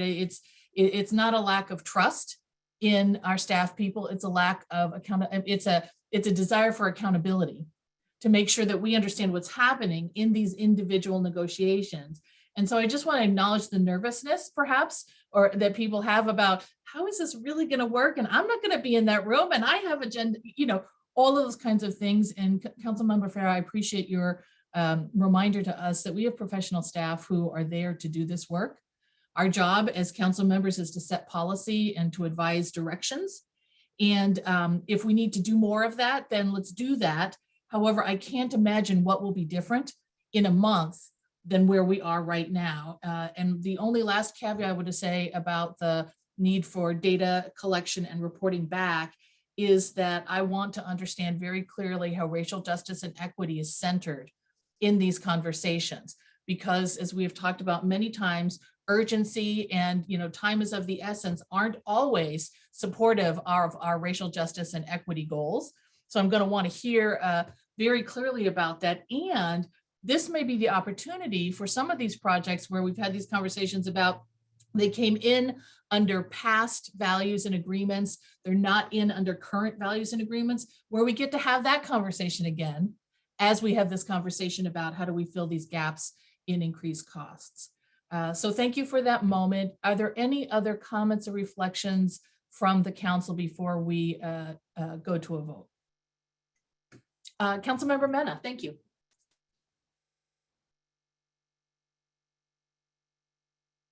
Oh, you're still on mute. Never fails. The only comment I would have is that ideally would like to see the scope of the problem in terms of at state level. And I'm not talking about negotiating project by project at all. I just want to see the overall need at the state level so that we can see that what are we, are this 50 million taking, solving 1% problem of the scope? Is it solving 50% of the problem or 100% of the problem? So I can't say, personally, I cannot say, yeah, let's go with what is being proposed without seeing the entire scope. Great. Thank you, council member.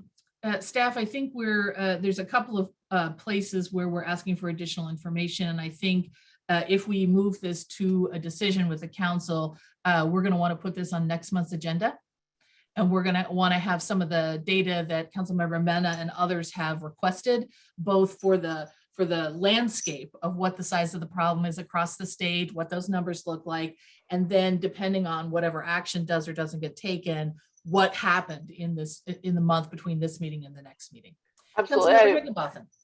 Oh, go ahead, Natasha, sorry. I was just going to say, yes, I think that sounds absolutely appropriate. That, I mean, so we would be able to come back next month with more detailed kind of description of the data, understanding about where these are, geographic distribution included, and you know, and how we're going to be tracking all of the project performance across our criteria. I think that we can be bringing that back next month. Thank you. Councilmember Higginbotham. So I was just wondering, and if you said, sorry, is there a specific place for the application, or is this just a memo to Roberto to, you know, start those discussions about the funding? And if we have, I think I heard 15 projects that are already in or that you have information on, how do those projects weigh over projects that you might get, you know, say in an hour or tomorrow? Yeah, absolutely. I think in my mind, I think the production team, your production analyst that's working with you on your transaction is your comrade within this, and that the projects that have already been seeking out resources through their production analysts are not prioritized over others that would be. I mean, this basically gives us a vehicle to say, here, okay, we know you're telling us all of these things. Now give us the information that we've laid out here within this framework, and that gives the team the ability to do that equitable, transparent kind of analysis, and kind of back and begin those real conversations when we say we have resources, we have a frame to review them, and we are going through our finance committee process to add that diligence on that level. Thank you. I appreciate that. Thank you.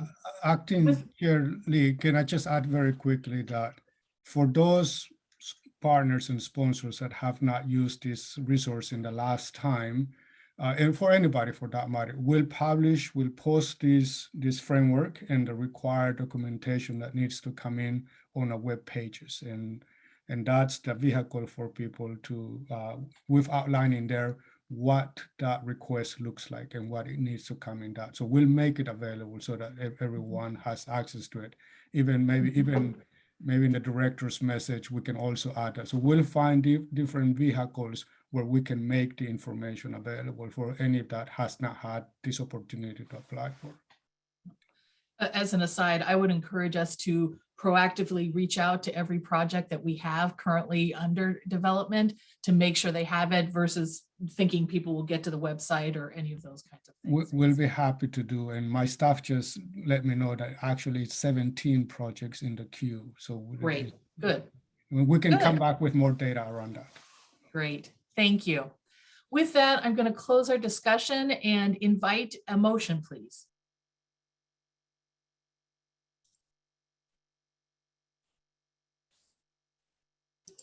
So moved.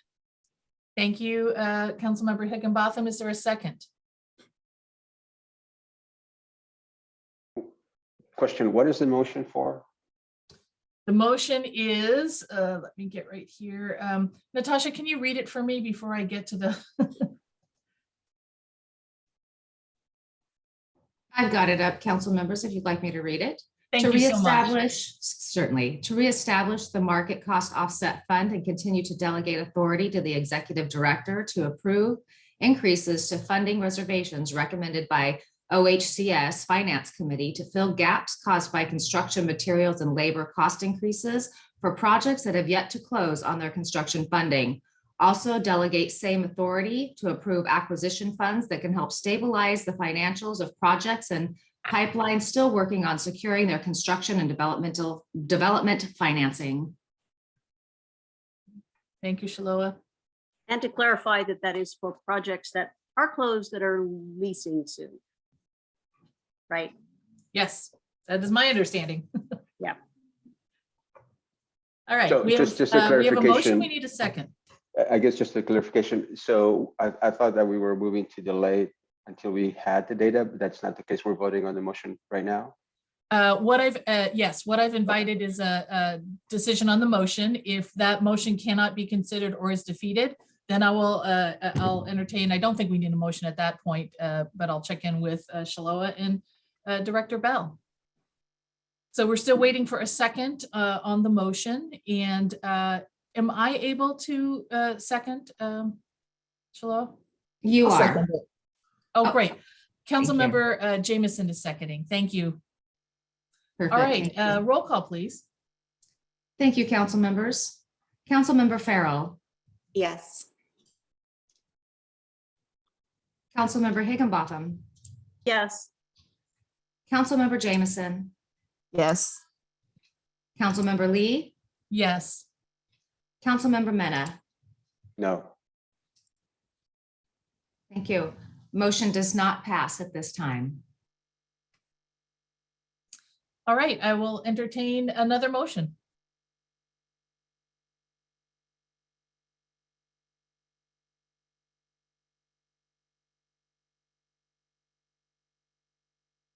And Councilmember Mena, I'm going to invite you as the dissenting vote to propose what might meet some of the concerns that you're Sure. you have. I think that just getting the scope of the need to understand these resources, what is it solving in regard to the state need overall in projects in the pipeline. So could you be more specific about what that is? I mean, if staff were able to come back and say it's 17 projects with this amount of gap that we know about, and they're in these geographic areas, is that what you're looking for? Is there some other kind of information? I want staff to explicitly know what you're asking for. It is that. It is what is the, and now we don't need to get details. I don't need to have project by project information. Yeah, it is more about these are the projects, these are the areas, and this is the population that is serving. This is what we think these funds are going to go. Okay. So that way we have an idea as to, and is there more, what is not been solved, right? Because we have other issues. I mean, the next item in the budget, in the agenda talks about linking other resources to the projects, and then because of limited volume cap. And so this is part of the overall solution of how are we addressing cost increases on affordable housing projects and limited PAB resources that we have. And so again, for this specific item, it is what is the scope of projects that are going to be solved, or we think they're going to be taking advantage of this project in the areas within the state, and the populations that's going to, what the populations that we think is going to be serving. So for the 17 projects that we have pending, demographics for served, geographic location, and amount of assistance potentially that might be needed. That's going to be a back of the napkin, yeah? And with those question four, are the 17 projects going to take the entire amount, or are 15 projects going to take, right? And so that's what I'm saying. Right. So with that, you would be in a place to consider a motion. Is that correct? Correct. All right. I'm going to propose this, and Director Bell, you tell me if I'm swimming completely out of the pool at this point.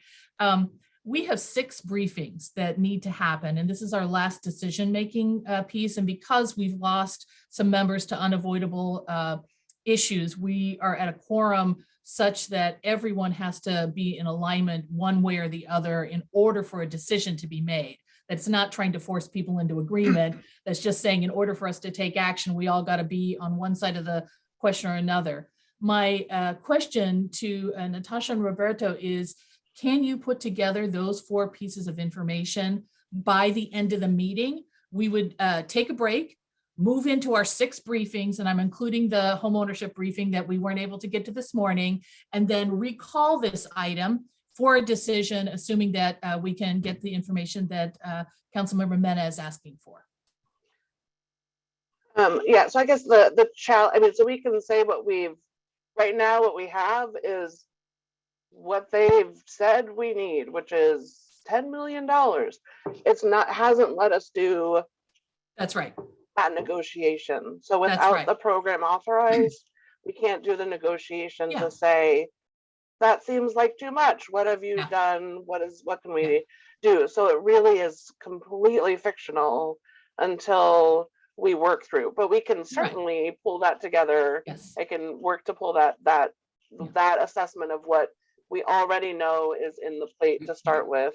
I think the without request, having, Natasha, is yeah, go just ahead. trying to see if we have 50 million and we have 150 in requests. That's giving part of the information that I believe I heard the council member speak to. So we understand it's not negotiated, it's what they've asked for. Yeah. Correct, council member? Yeah. Yes, that's correct. Okay. Thank you. So if that's reasonable, what I would like to propose is to give you both some time to go back and run those, 4 data points. We'll take a break now at 11-ish, come back and we'll start with the home ownership briefing and we'll run through our other 6 briefings and circle back to this as a decision-making item, if that is acceptable to you, Director Bell. Acceptable. Thank you for that, Councilmember Lee. Absolutely. Anyone else on the council want to weigh in on what I've just proposed? I want to make sure that it's meeting all of our needs.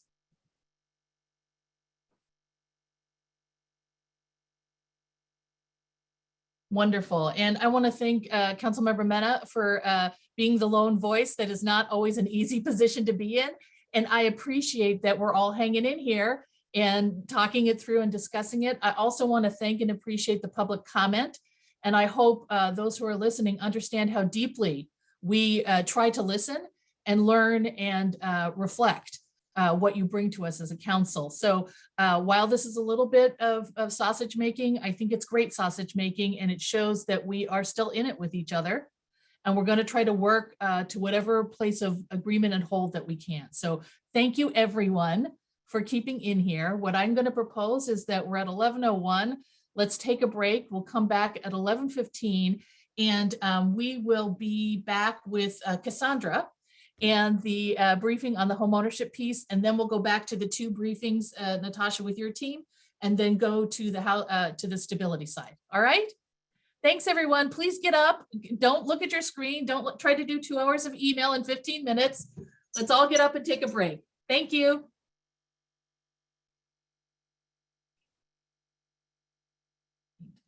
Welcome back, everyone. I hope everyone got a chance to get out from the computer screen for at least a moment. And we are going to circle back to an agenda item from the beginning of the agenda, which was a presentation on from the homeownership team. And Cassandra, I think you're up. I'm going to ask you to try to keep your slide presentation to 5 minutes, so that gives the council 5 minutes for discussion, and then we'll keep moving on to the rest of our briefings. All right, that sounds great. I cannot turn on my video. Let me check on my end for you. Okay, thank you.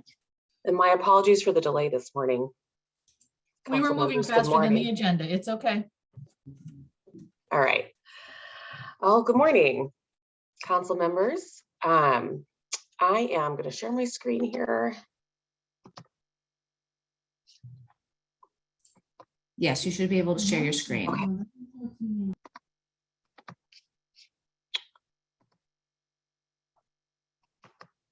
All right. So yesterday was the last day of OHSI, and it's been a long one. A program that was over 10 years old. So the Hardest Hit Fund was, just as an overview, was established in 2010 with $9.6 billion allocated to 18 states and DC. Oregon initially got $220 million, and then was in 2016, right when everything closed down and they were down to 5 staff members, Congress said, here's another 90 million. So we reopened and staffed up. I joined, that was in the fall of 2016, and then I joined in May of 2017. And Carmel Charlin's last day was yesterday, and she's just been so, she's going to be sorely missed as we move into the Homeownership Assistance Fund. But we have plenty of folks from OHSI who have stuck around. We have a lot of our HAF team is composed of OHSI employees, and we have over 20 employees, former OHSI employees throughout the agency still across 4 divisions. So in total, we distributed over 319 million for programs. And the way that the assistance works is it came in a 5-year forgivable loan. And so each year 20% is forgiven. And what happens is if somebody sells or refinances and gets cash out from that loan before the 5 years is up, they have to pay some of that back. And so even though our initial amount was expended by December of 2018, we were working off of these recycled funds for 2 more years. So we were able to stay open for much longer than anticipated and helped 17,200 homeowners. So here's a little bit of demographic data. It hasn't changed a whole lot since the last presentation I gave to council in 2019. This is representative of the population based on the tableau through OHCS.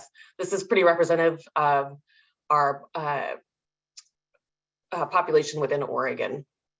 And I would say, you know, as we know, a lot of the BIPOC community, it's, you know, 60% or less or 40% or less of home ownership. So this actually represents slightly more than the homeowners and the demographics. So this is our timeline. So I kind of gave you the brief overview of earlier in 2010 when we opened, and then when we reopened in July, we have the mortgage payment assistance program, and that information is in your packet. So that paid up to 12 months of mortgage payments in addition to keep helping people get caught back up.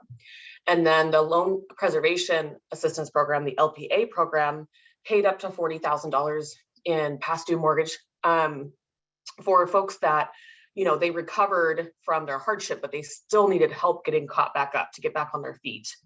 And so, you know, with the 90 million that we got, we kind of thought, wow, that's with the economy recovering, we've got kind of extra. You know, we weren't getting the kind of applications that we were hoping for, the volume that we had in the past. And so we opened the PEARL program, the Principal Reduction Lien Extinguishment program, which was targeted to a population that really fell through the cracks with the MPA and the LPA program. And that helped people we paid up to $50,000 to either pay off their loan if they had less than $50,000 left, or it would, we did a recast. So we paid up to 50 grand and also a reinstatement amount if they were past due. And then what happened then is if, say, they had 20 years left on their mortgage, we just re-amortized the payments. So, you know, a lot of folks went from a $700 to $1,000 mortgage and they knocked off $300, $300 to $400 a month. And that's a big deal for folks on a fixed income. So that was a really successful program, and that helps get dollars out the door. Treasury required that we had to send the money back. So we wanted to send as little back as possible. And so, like I said, December of 2018, all of our originally allocated money was spent. So we were living off of a recycled money, which has actually been a great way to help the community. And we wouldn't have been able to help those who were laid off in the mass layoffs on Union Pacific Railroad and Boise Cascade in June of 2019. So we were closing down, we were getting ready. And then this big layoff happened and we thought, we can't not do anything. We've got everything in place. We still have our staff. So we reopened there and we were able to help a bunch of folks. And so then we said, okay, now it's time to close. So we closed the mortgage payment assistance program in October because it's a 1-year program, so we couldn't keep it open. We had to have enough time to pay the 12 months. And then we closed the principal reduction program because that was a one-time payment. And then of course, we all know what happened in March of 2020. And we thought, okay, well, there's nothing, we also can't not do anything here. So in September of 2020, we were able to reopen the loan preservation program, but we didn't think we could open the mortgage payment assistance program because of the Treasury restrictions. And so we were able to help folks, but we found that, you know, people were still struggling and some of them didn't have the income to qualify for the loan preservation program to demonstrate they could afford the payments after we caught them up. So we got special permission from Treasury. We were running out of admin dollars. We were able to use some of our program recycled funds for admin. We got special permission for that. And then we were able to open a shortened version of the mortgage payment assistance program for those on unemployment, and that this time around included self-employed people. So that captured a bunch of folks. And that we made that a shortened 6-month program. And so by reopening, it was pretty cool because even though we helped almost 600 homeowners, and it probably would have been even more, but for the foreclosure moratorium and the forbearance opportunities and the workout options through loss mitigation that folks had. So a lot of folks stayed on that forbearance instead of taking our help, but we did special targeting Facebook ads through Brink Communications for BIPOC communities, as well as working with culturally specific organizations. So then we did close in April of 21, and just allow that time to get folks caught up, and then those extra 6 months. So December of 21 was our cutoff date to make all the payments. And so next steps are, I'm working on dissolving OHAC, which is the Oregon Affordable Housing Assistance Corporation, and that was created in order to receive the Treasury monies, and then OHAC contracted with the state to administer the program.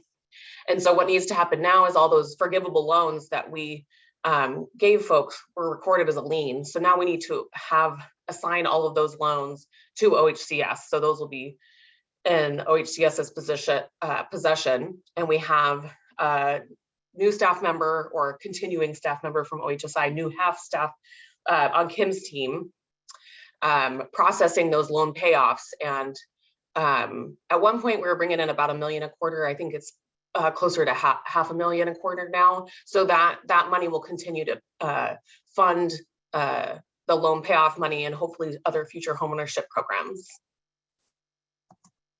Wonderful. So this is just some of the quotes that we had from homeowners. One of my favorite memories was being able to help a cancer patient because he wasn't sure he could make his mortgage payment or get treatment. And so he didn't want to leave his wife without a home.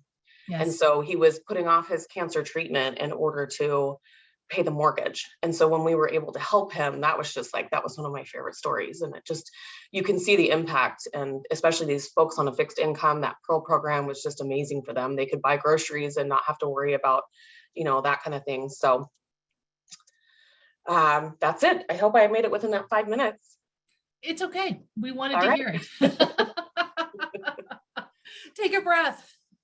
Assistant Director Emisha, would you like to, Perfetto, would you like to add anything? No, just, my closing thought is, I want to, again, there's a staff, I mean, Carmel isn't here, but I swear she wore 15 hats there at the end because folks were trying to find their place either within the agency or find other positions. The sheer amount of work, and then we have the staff that were helping us set up half that we're also still working to help close out OHSI. So that Cassandra's one of those that I really appreciate, having 2 feet, their feet in 2 different directions, and the stress of setting up half as well as winding down another program is incredible, and they stuck it out. So like I said before, the perseverance of our staff here. And then to be able to keep all that historic knowledge for our new program to do hopefully an improved and better job anywhere we can. So that's all I have to say. Thank you. Thank you. Council members, any comments or reflections?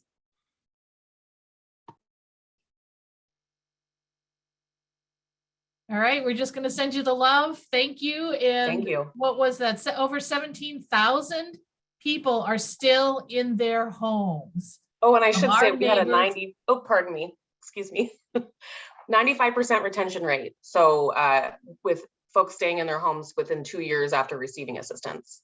Right on. Those are the numbers we like to hear. That's the crux of the work we hope to be engaged with. So thank you all. Thank you. Thank you for the program, and thank you for the briefing.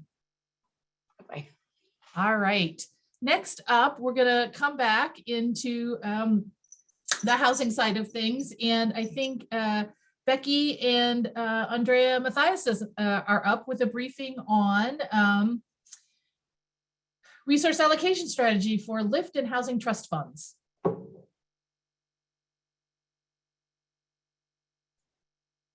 Good morning, Council. Natasha's actually supposed to come and I think give us a little brief introduction. So I'm going to just see if she is sitting here in the participants panel list. You know, I think she's likely working on data okay. for our decision. So Becky, if you're willing, do your best. It'll be fine. It'll be perfect. Okay.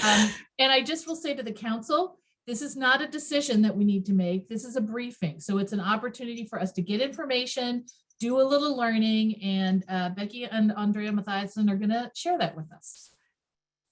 Okay, so I am going to just share my screen. I hope you guys can see we're talking right now about the LIFT, like reallocation strategies for the private activity bonds coming up. So what's detailed in your memo? Oh, hold on. Let me actually start and introduce myself so you know who I am. Good morning, council members, Executive Director Bell, and Acting Chair Lee. I am Becky Isom, Lift and Lap Senior Program Analyst.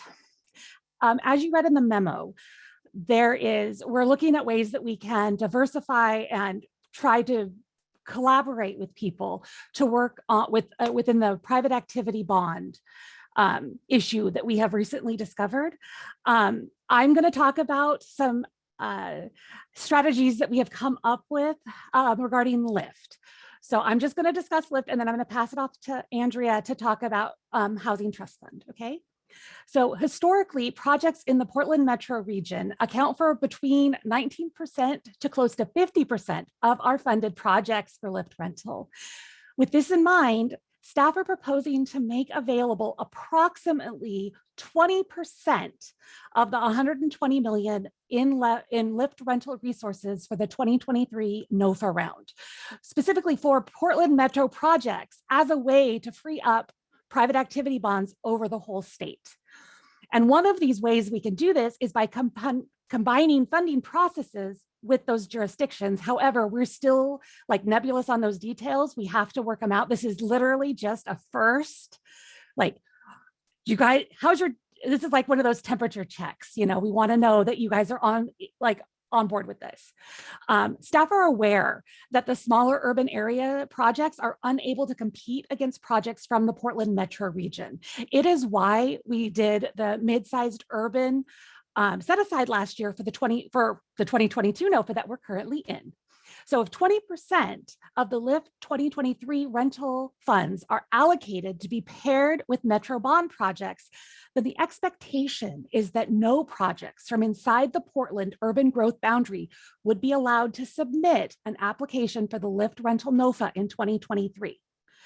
As a reminder, 50% of the LIFT funds are set aside to serve rural communities. So we are not proposing shifting anything away from that, but we would take the 30% from the urban set aside, and that would go for all urban areas, except for projects inside that Portland metro growth boundary.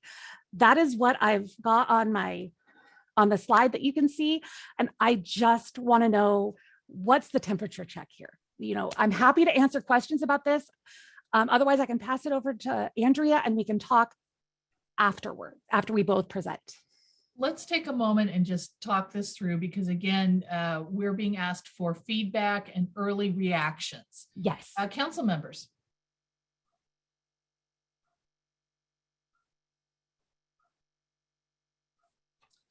Councilmember Mena. Thank you, Charlie. Greatly appreciate the thoughtfulness on this, and it's limited resource that we need to make sure that addresses statewide problem, and so I'm looking at this favorably. So thank you.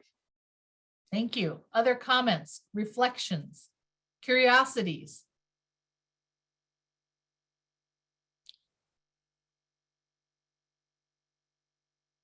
I'll just make one as someone who lives in the metro area. I am very glad to see that we're holding our commitment to our rural communities. I'm very glad to see that we are looking at our lived experience in terms of the projects that are coming in and making changes or proposing changes along with that. And I would not be doing my due diligence if I were not to say I am supportive of this direction. And it sometimes feels like areas that have made additional commitments get penalized for having made those additional commitments, because we're saying you cannot get this money unless you get the other money. I understand it from a logic model and a sharing of the resources. And I've just seen this many, many times where, particularly the metro area or Multnomah County or Portland, residents make an investment, and that investment then locks them out of opportunity for other resources statewide. And I want to call that out. I'm not saying don't do it. I'm not saying I don't support it. I understand the issue of sharing. And I just have to mention that this could be perceived as that. Thank you for those comments, Mary Lee. Yeah. All right, let's go to Andrea. Thank you, Becky. Thank you.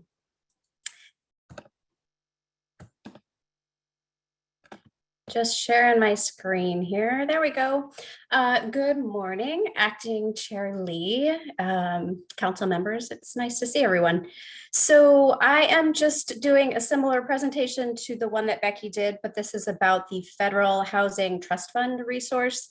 And as a reminder to folks who may be less familiar, just wanted to say that this is a resource that is statewide. It is a resource that gets an annual allocation from HUD, and the primary restriction for these dollars is that they must create 30% MFI units. So in the 22-23 funding calendar, OHCS allocated an available $15 million of Housing Trust Fund through the PSH NOFA. And the resources were woefully undersubscribed. So we still have $15 million of available trust fund. And then in 2023, we anticipate another annual allocation of about $11 million. So we have $26 million that we're talking about here, not as much money as Becky was talking about with LIFT, but still nothing to spark at really. So I think, as is reflected in the memo that you all received, we're looking at a variety of strategies so that we can fill gaps, create additional units, potentially create an ongoing sustainable kind of capacity increase in rural communities. But we are also up against a 2-year federal funding commitment timeline that weighs heavily on us and whatever funding strategies that we implement. And so with those things in mind, we are proposing to allocate the 26 million in resources through existing eligible projects that have a current local funding commitments. And so that would include Portland Metro bond projects, as well as Home PJ, which stands for participating jurisdiction projects. And I wanted to just call out that, so you've got the Portland Metro Portland Metro area, but then the Home PJs that would be outside of that would include the city of Salem, Marion County, and then the Eugene Springfield Home PJ. So those would be the only kind of eligible jurisdictions under that category. And as I said earlier, we would be looking to fill gaps in those projects. We would be looking for projects that may not have gaps, that would be willing to include 30% units where maybe they didn't previously. We are interested in getting the resources out the door quickly. And so looking at a procurement solicitation process that really provides an allocation of these dollars to the local jurisdiction and asks them to select the projects. They would then come back to OHCS for underwriting, for the loan agreements, and to ensure that those projects meet all of the HTF federal requirements. And then again, the 2-year funding commitment. So that's one strategy. And then the second strategy that we would just offer for your consideration is, because these resources are required to create 30% units, they are a good potential resource to align with the upcoming home ARP resources that we got last year from HUD. And I think, as you've probably heard previously, we are in the process of drafting an allocation plan for those dollars to articulate priorities to bring to you in May. And so you would hear more about what that alignment would look like. And so I think that's at a very high level what we're looking at, and just wanted to get any thoughts and feedback that you have or concerns. Wonderful. Thank you so much. Council members, reflections, questions, curiosities.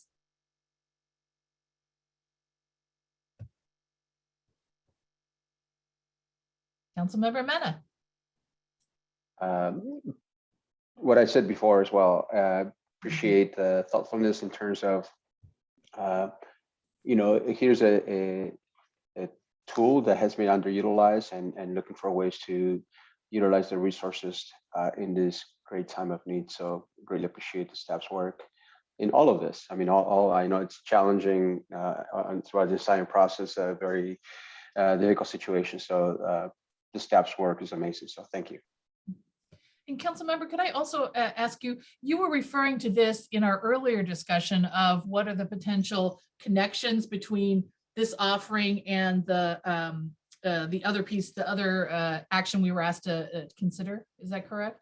Correct. So we, all of this funds, along with the LIFT funds, are geared towards the development of affordable housing and its initial offering. However, because of the challenging times that we have with PAB allocation, with cost increases, there's a higher demand and higher need in terms of filling funding gaps, as well as continue to fund projects that are in the pipeline. So understanding how all of these things are coming together for that purpose is important. Great, thank you. Just wanting to circle us back into, this was part of the earlier discussion and the data that we are interested in seeing in terms of statewide impact. All right, anyone else from the council would like to reflect or opine?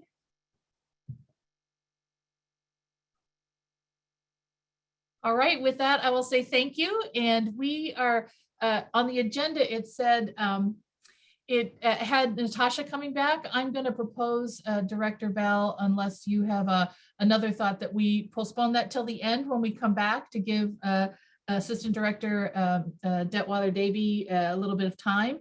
And Interim Director Jill Smith, if you are here, we've got 3 briefings from the Stabilization Division, and I'd love to go into the special session eviction prevention with Mike and others.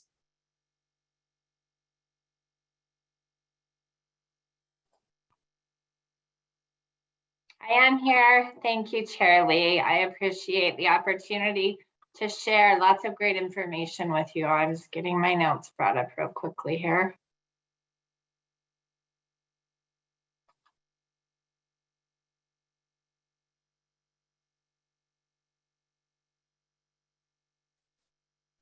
And again, I'm sorry because I'm stepping in. I don't know, what was negotiated in terms of timing. If we can keep the presentations to around 10 minutes to then give enough time for the council to get in, that'll help us keep moving. I really want us to have enough time to do our due diligence at the end. So I apologize if that's messing with the timing, and if everyone can try to get themselves around 10 minutes for the presentation, that'll help us keep forward motion. Thank you. Okay, we will move quickly and just make sure that you hear the most important points. First, I just want to say really briefly how excited that we all are in housing stabilization to have Director Bell be the formal director. We know that her vision and leadership are going to take us a long ways. We're all very grateful. And then I want to move right into with Mike Savara and Rosario Roberts. First, we're going to give you a briefing on the eviction prevention funding. And there's a PowerPoint link to this. I'm not sure who will bring that up. I'm going to kick this off and we'll go pretty quickly through it.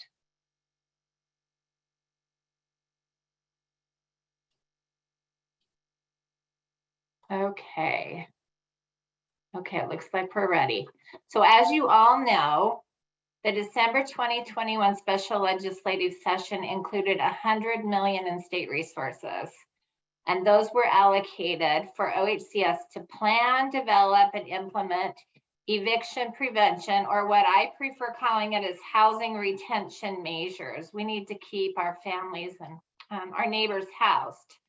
Oregons are especially vulnerable as we transition away from the economic fallout of COVID-19, layered on top of an ongoing housing crisis we all know has been wreaking havoc on our vulnerable families for many years.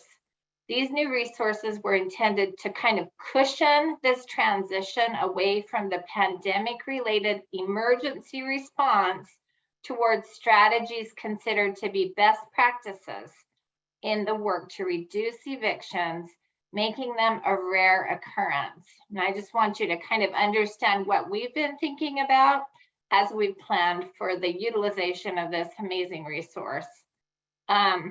Far too long, evictions and housing instability have been disproportionately felt by communities of color. There are multiple studies that Mike cites in the memo that you all have, including reports and data that are linked, that consistently show the stark disparities that exist related to people of color experiencing evictions and, unfortunately, ongoing housing instability and homelessness. Racial justice has been an overarching focus as we've planned for this funding. And Rosaria is going to talk to you more about the way that we've tried really hard to incorporate that into our plans. The 4 pillars that we're investing in are access to local rent assistance. Rent assistance solves evictions. In my opinion, it solves homelessness. Housing navigation and case management, helping those who really need help accessing and retaining their housing. Access to eviction prevention mediation services has been shown to be really successful in parts of the country, so we're testing that. And then legal services for those who unfortunately get to the point of being in the courtroom or about to be in the courtroom. I'll turn it over to Rosaria. First, the next slide kind of shows you the buckets of investment that we've made that are in alignment with those best practices, those 4 pillars. And Rosaria is going to take you deeper into the actual programs within these categories.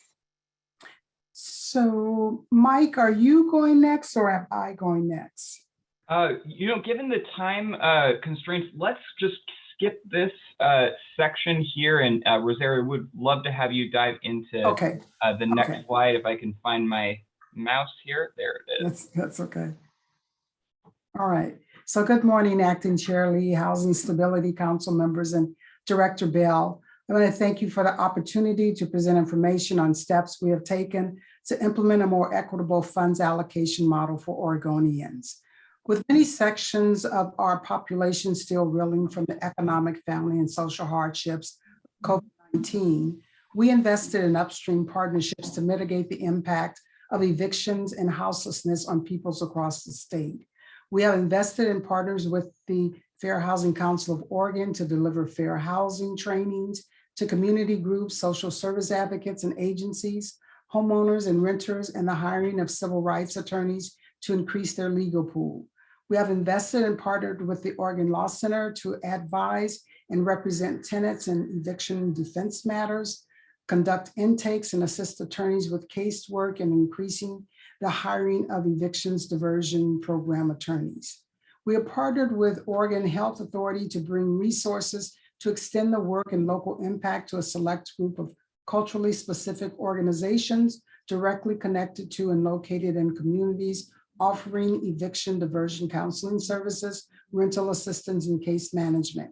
We have invested with the International and Refugee Community Organization to conduct community needs assessments, identify needs and gaps in services, stabilize services for survivors fleeing domestic violence, human trafficking, and sexual abuse, increase legal services to immigrants, assist in the support of immigrant centers across the state, and rental assistance. Through Project Empowerment, a project launched by the Urban League of Portland, who will connect with other culturally specific organizations to strengthen infrastructures, build capacity, and serve individuals and family through housing assistance services, employment training, legal assistance, self-determination of health, and financial literacy. Eligibility for many populations has weighed hard and mirrors a harsh reality. Tenants working gig jobs, people dependent on seasonal incomes, and immigrants and refugees have limited access to resources. 86% of tenants of color report physical and/or mental health stress due to housing insecurity. Portland State University's Stability, Equity, and Dignity Report highlights the many difficulties of accessing multiple systems, determining eligibility, and understanding program qualifications. The varied and changing processes left many people feeling steeped in shame and stress, needing to prove their household was truly needy and deserving of assistance. The National Equity Atlas estimates that 176,000 Oregon renter households still remain at risk of eviction. COVID-19 exposed the underbelly of many of the economic disparities in Oregon and across our nation. 56% of Black, Indigenous people of color are house burdened as compared to 35% of the general population. Tenants adversely impacted by and from structured exclusion, and COVID-19 want programs to be equitable, taking into account the historical and systemic disadvantage faced by BIPOC, immigrant, LGBTQ+ folk, and people with disabilities. We have clearly heard that policies and practices must treat people with humanity and care, as well as provide equitable resource allocation. Adoption of universal instead of means-tested programs, flexible applications with minimal documentation, and procedures that are easily assessed by all people, including non-citizens and informal work sectors, are all components of policy design, which contribute towards service delivered through a lens of equity and dignity. Housing and Homeless Services are viewing the allocation of funds through an equity lens focused on racial justice and disparate impacts internalized by communities of color. The allocations of funds this past biennium will not be actualized over a 6 or 12-month period. What communities have sustained through generations of neglect will take time, focus, and attention to see real change. The state of Oregon can attest to funds allocated to marginalized communities reflect disparate need, and we have taken the steps to course correct with an equity lens with hopes to equitably serve all Oregonians in the future. Thank you for your time. I will now turn the presentation over to Mike Savara. Thank you so much, Ms. Roberts. Really appreciate the thorough overview. And good morning, Acting Chair Lee and Director Bell and members of the council. My name is Mike Savara. I am the interim Chief Program Officer for Housing Stabilization, and it's great to be with y'all.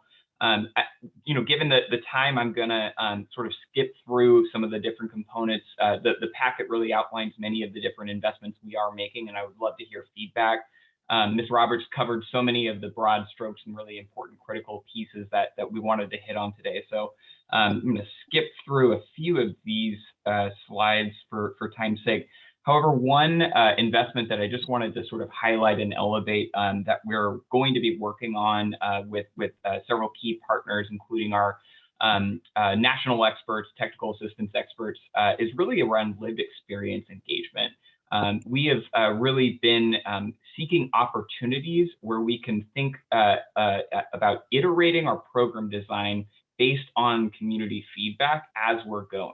So this investment package really lends itself well to allowing us to invest directly into community organizations who have the relationships and connections with people who have lived through eviction, who have faced the hard realities of homelessness or other housing instability needs, especially led through an equity lens, and really wanting to connect with those organizations and community groups that have the closest connections is our theory and practice for how this investment that you see on your screen here around that $2 million of lived experience engagement can play out. So it's a high level concept right now. We're working to sort of put the structure around what it'll look like, but we're really interested in making sure that we're investing into community voice and making sure that there is a strong voice, strong seat at the table for how we design and iterate our programs over the next 16 months or so through the rest of this program, and hope to see this as a base level in the future. And then just really wanting to pivot to next steps on this investment package. So this is $100 million of resources. We're really excited that the legislature has given us this opportunity for Oregonians to have access to more resources as we sort of phase away from this large scale statewide level program for rental assistance, more towards local rental assistance needs and local systems that are being developed. I wanted to also highlight that there's additional resources that we received in the 2022 short session that will be supplementing and adding to these strategies here. So we're excited to bring those briefings and decisions to the council in the future. But I wanted to sort of highlight that this is not the end of the story for how we're thinking around eviction prevention, around homelessness for this biennium, and really trying to think about all of these additional resources in the broader spectrum of need for different communities. Additionally, I just wanted to highlight really quickly, we are sort of quickly working to ramp up all of these investments. Our procurement and fiscal colleagues are working overtime to really just make sure that community has what they need as we transition. We're targeting a July 1st date for having all of these contracts and grants executed and ready to go. And those are happening every week, every month. We're seeing more and more of these investments actually hitting the streets and going out now.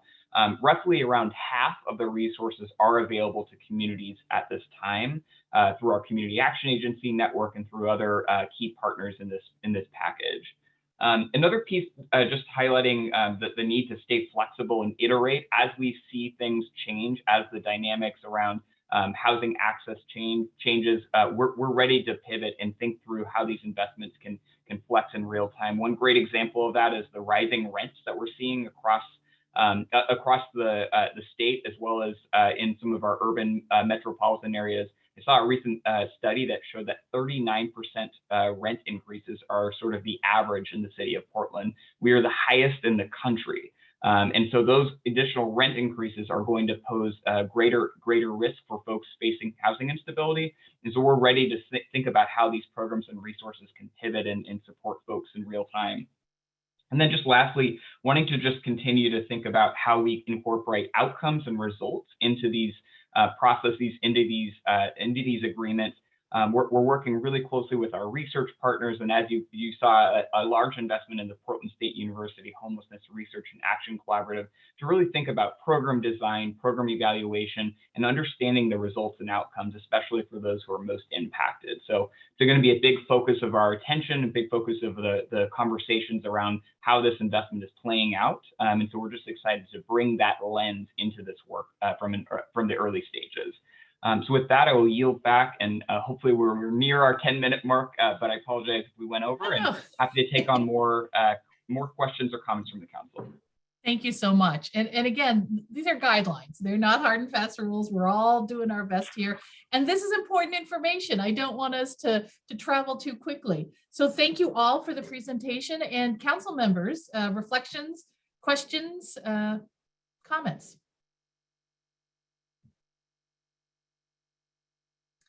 Councilmember Higginbotham.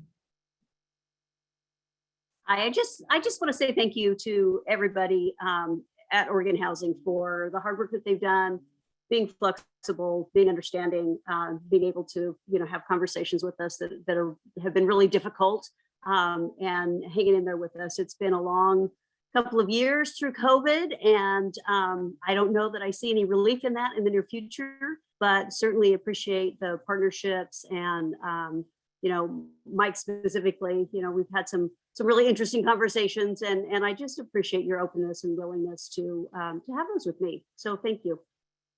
Thank you. Anyone else?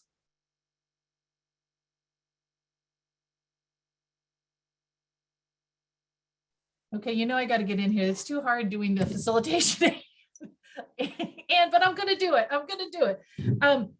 I just want to remind us all that this is a beautiful example of the through line of our work together as staff people in the council. So if we remember several meetings ago, we started talking about what was of interest, what was important, what we're hoping, what our hopes and aspirations were. Staff listened very well to all of that discussion, and then listened and talked with other partners and participants, and now are coming back with this presentation of where we're going to go.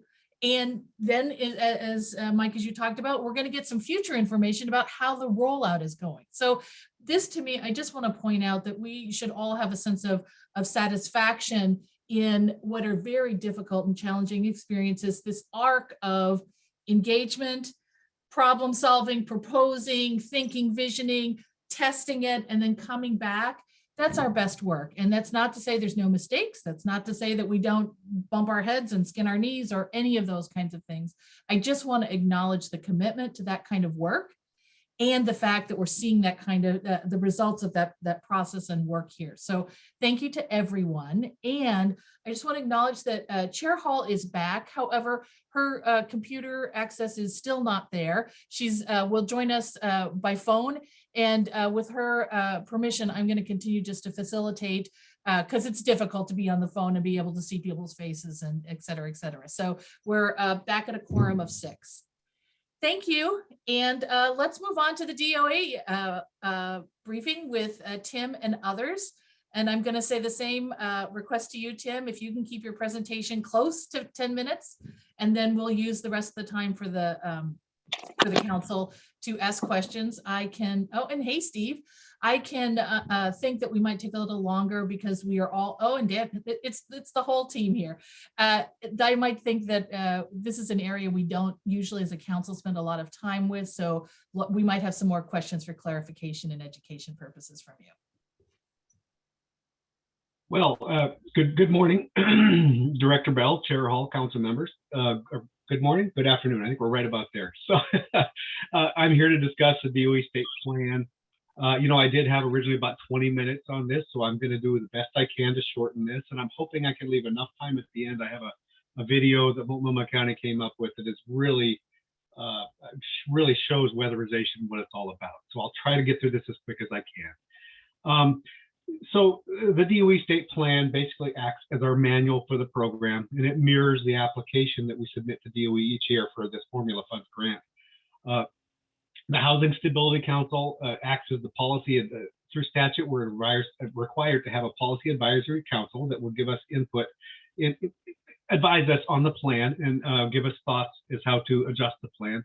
We're also getting an agency input this year from 5 agencies. Next week, I'm meeting with 5 of our more experienced coordinators and getting their input on the plan because we interpret the guidance, but we like to get their input because they're delivering the program directly to the clients, and we do want to minimize the burden on the agencies and expedite getting services out to the clients. As well as we're having a public hearing on April 13th, where we'll gain additional input. And ultimately, we will submit this plan, our application to the Department of Energy on May 3rd, hopefully to get approval, possibly more changes from them, and for approval for the plan for July 1st. And that will act as our manual for the year for the program. This year, changes to the plan.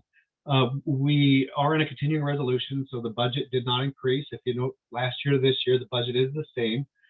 If we actually get a budget, we will update that to actual allocations. Our allocations are just slightly higher this year, not much higher than they are currently, about the same. These are the basic changes: production schedule, updated the basic info for the Housing Stability Council, our agency contacts, as well as the average cost per unit goes up each year. The amount we're allowed to spend on average on each house goes up by the Consumer Price Index each year. So we update that as part of the plan. The income guidelines were removed this year and linked to the OHCS website. And the reason for that is we had several agencies call this year. DOE puts out what they call a poverty income guidelines every year, January, February, in that area. And several people were just close to qualifying, but not quite there. So coordinators called and asked, can we implement this prior to July 1st, which is historically when we have implemented the poverty income guidelines. Contacted DOE, they said, yes, we can do that. So we went ahead and we removed that, because what we had to do to implement this year, which we did to allow people to qualify, is we had to update it. We had to go through a rules process to update the income guidelines in the plan.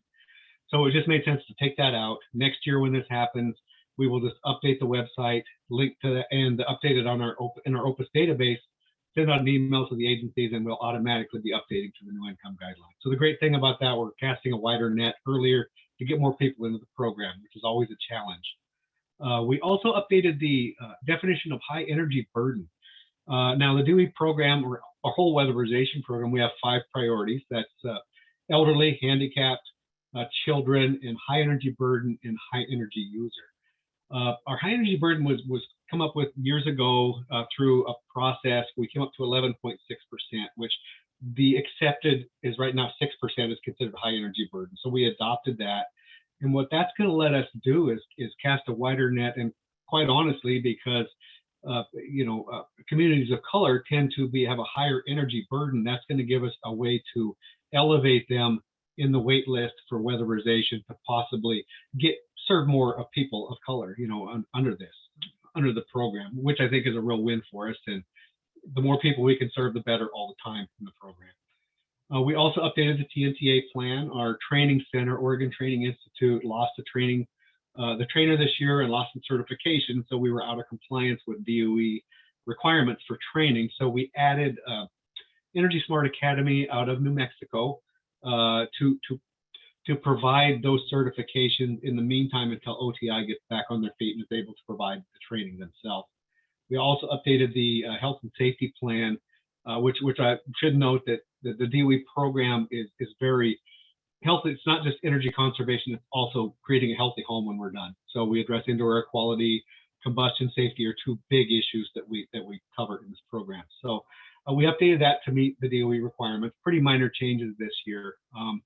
But I suppose I really can't talk about the DOE program without really talking about the challenges with COVID. I've heard a few other presentations talking about it, and just by the very nature of the program, people have to come in to qualify.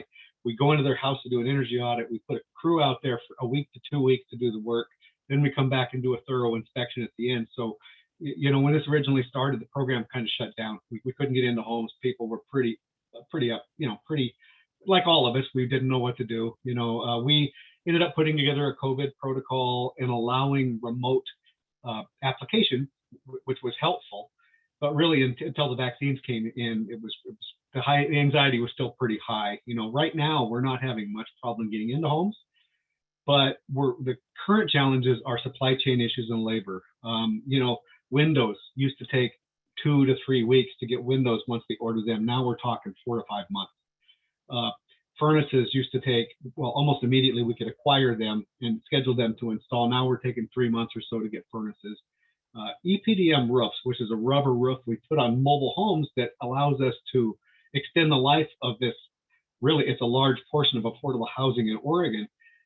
Basically, we put a roof cap on, we insulate it, and allows us to insulate the roof on these really inefficient homes. But right now, we can't even order it. The last time I heard from a coordinator that they were able to order it, they said this was about a month ago. October was the delivery date on that. So now we can't even order it. So that's a huge deficit to the program. But DOE has allowed us flexibility on that.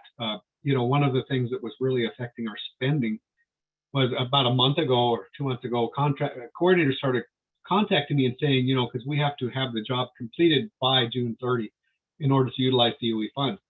And they were saying, well, we don't even know if we can complete these jobs, so we can't assign DOE to these funds. So to these jobs. So I reached out to DOE and asked them if they would allow us to complete the DOE portion of the job, report them as complete, and come back later to complete with other funds. And they agreed to that, which was great. I do have to give DOE a shout out. They've been just really good with us in regards to giving us flexibility. Anybody who's worked at the federal program, many times they're not very flexible, and DOE is not known for being flexible. But in this case, they have really stepped up and given us some good flexibility. One thing I should mention that they have done is categorical eligibility. They have allowed us, they came out with a program notice earlier this year that allowed for categorical eligibility for anybody who's qualified for a HUD program in the last year, 80% of AMI. Multnomah County was one of the agencies that is really good. Well, all of our agencies will benefit for this, but multifamily, which is another underserved population through the program.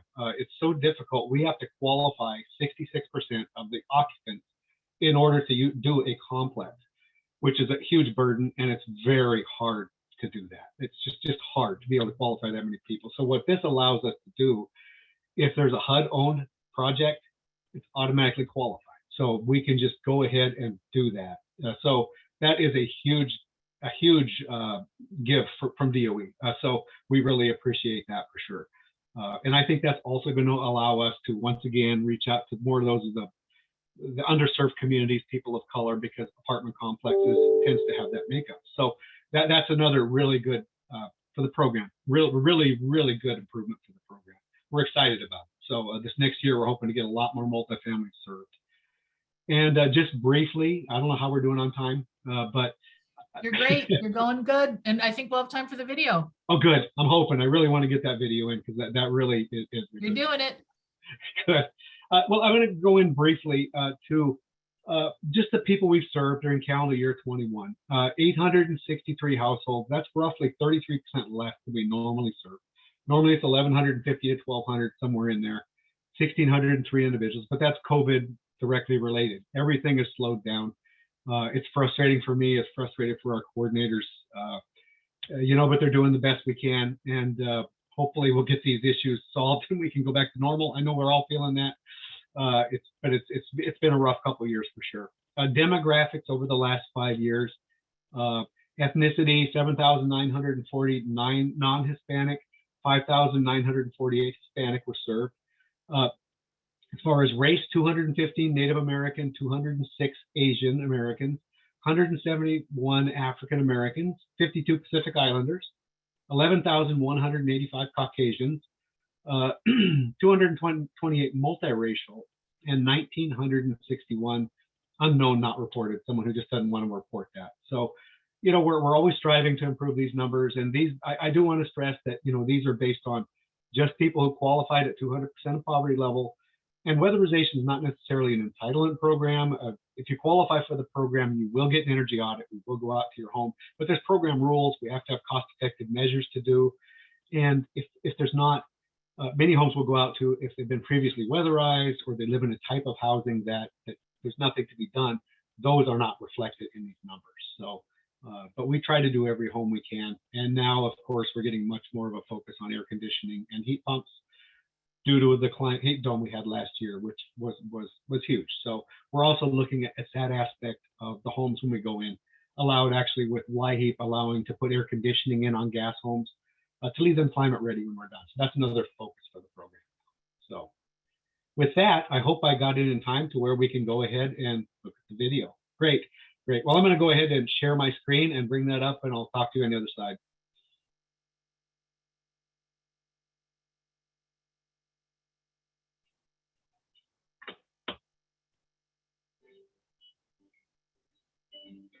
At the beginning, the house, we tried to paint it and make it look better, but it wasn't warm. It was always cold, always. They were getting sick every month. They have asthma and bronchitis because the house was really cold. To put insulation around the house, we did the quotes 2 years ago, and it was over $18,000 to do that, and it's just no way we can afford that.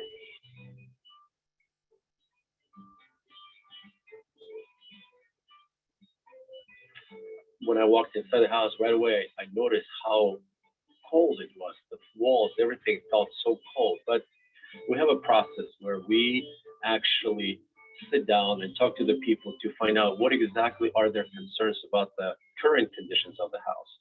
And then I start assessing the household itself. And what I learned about it is that they were empty of any insulation. Now, because we insulated the floor, we insulated the walls, and capped it with insulation up in the attic.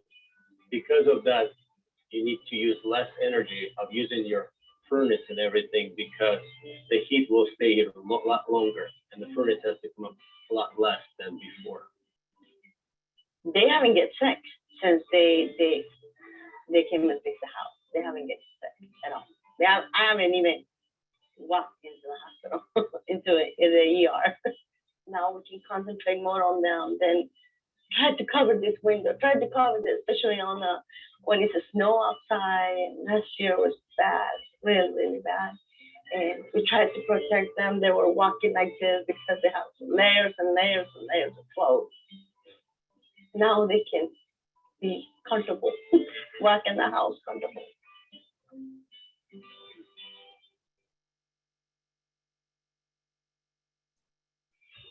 I love to hear stories like that. You know, that in a nutshell is weatherization. You know, and this is happening, you know, hundreds of times every year in the state of Oregon and thousands of times around the country. It's a great program. I feel I'm blessed. I've spent my entire adult life at one, whether at a contractor or the agency or at the state, with the WAP program. So, you know, not only do we increase the energy efficiency of the home, we make it healthy, and we make it more comfortable. We make it a home, you know, and the reducing the energy burden, I think, is the biggest focus on this, because we're giving them disposable income to pay their mortgage, maybe keep them in their home, or just take care of life. So without that, besides that, I'm done, and I'll take any questions you'd like. Thank you. Thank you so much. And what a beautiful video. And I appreciate, Steve, you acknowledging that that's one place and it's happening multiple hundreds of times all across the state. So thank you for sharing that. Any comments or reflections from the council?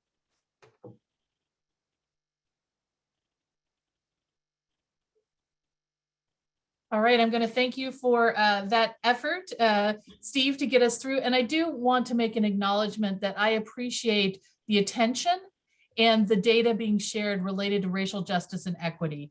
I know we've had a lot of conversations about that over the last several years, and I see and hear the efforts that the team and staff are making here, and I want to acknowledge your efforts and thank you for it.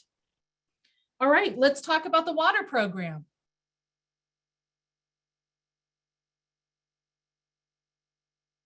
Good afternoon, Interim Chair Lee, council members, and Executive Director Bell. My name is Joy Aldrich, and I am the Low Income Household Water Assistance, or LIWA, program and State Home Oil Weatherization, or SHOW, program coordinator. We came to the council back in October, if I'm not mistaken, and we provided the council with an update regarding standing up the program and where we were on trying to get the master grant agreement stood up and executed, getting the agencies all up to date, and keeping constant communication with our stakeholders. So since that point, currently, we have 16 out of our 17 energy assistance and water assistance temporarily agencies up and running. They are in kind of different standard or different segmented, excuse me, they're in different stages. That was the word that I was trying to think of. They're in different stages, from hiring staff members to training their staff, executing vendor agreements, which has been the most burdensome. And we have 9 agencies currently making payments. So part of the master grant agreement, as per the memo that was provided, we had implementation reports and budgets included with the amendments that needed to be executed. For review of those amendments, I created a racial equity analysis tool, or a REAT, based on some of the materials that we have as an agency and from our equity team. And questions on that were very specific for the LIWA program implementation report. So it was a one-time, very specific, but for the purpose of obtaining a baseline. If we don't know where our agencies are acting, how they're getting involved in their communities, how they're intervening, trying to get communication out, we don't know how to move forward. So we needed to create a baseline.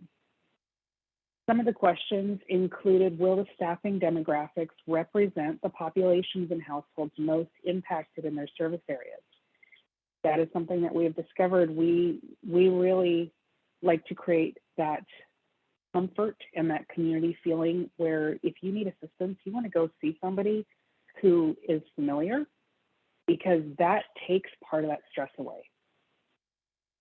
Another question, what, if any, data sources did the agency list in reference to target populations and household prioritizations? And at what level on the continuum of community participation are the activities, are the agency's proposed engagement activities. So this was a continuum that was based off of, I believe, Minnesota's REIT tool that was a continuum from inform, consult, facilitate, or partner. So this was something that I was able to gauge based on their answers on the implementation report, kind of place them on that continuum to show this agency is going to inform and consult with the public versus this agency is actually going to facilitate meetings or let these community partners lead these meetings. So there's definitely room for growth. This is the first iteration of this tool, and it will be used continually to a point where I would really love, if this program is made permanent, I would really love to be able to really build upon that, to take a team effort towards future really multicultural, community supportive approach with this. With the master metered households, this was a really hard spot with us because as we were provided the statute, we are not able to make direct payments. With the LIHEAP or the Energy Assistance Program, we can. With LIWA, we cannot. And so with households who rent, we do need to have a landlord authorization form in place if they pay their landlord for water. If they pay the utility directly, for instance, someone living in a duplex and they pay the utility service directly, we don't need anything like that, and we can make payments to the utility on behalf of that household. However, with master metered households, we had come up with a decision collectively based on feedback from the council and our very diverse group of stakeholders that the multifamily properties must have arrearages between the property and the utility, not between the tenant and the landlord, because we cannot make direct payments to the landlords or to the households. So we have been advising our agencies to first off collect that landlord authorization form and determine if there are arrearages at the utility. We did this to save that burden on both the household applying and the agency doing the work. We want to determine if the arrearages are there in the first place. If there are arrearages, then each unit eligible will receive a payment equal to that unit's ratio to the total property unit. So this has been very hard to try to nail down on how to describe this exactly. Essentially, if it's a 10-unit property, each unit is eligible, if they are determined eligible, pays off 10% of the arrearages. Now, if the property is an OHCS affordable rental property or within our portfolio, any unit who applies for LIWA assistance or any of them collectively will pay off 100% of the arrearages. Now, again, this is probably something that we're not going to run into because of the fair housing requirements and arrearages held at the utility are kind of frowned upon at that point. But being this is a brand new program, we have no clue. So this is a really good opportunity to gather that essential data. So to provide just some insight as to the program itself, we have 93 executed vendor agreements out of 900. So we're getting there. 9 agencies are making payments. 965 households have or will have assistance as of yesterday. $533,000 has gone out in payments. And the ratio, the mathematical ratio is $533 per household, but there has actually been some overridden payments of upwards of $6,000 to $7,000 per household. Washington County is very, very burdened on arrearages for water and sewer. Mhm. We have one agency still waiting to sign up with the MGA, and otherwise, we're going to move into our quarterly meeting, our first quarterly meeting with our agencies on Monday, and we will continue training and standing up the program to the point where we can get all 17 agencies going. Great. Thank you so much, Joy. Thank you. Any comments or questions from the council?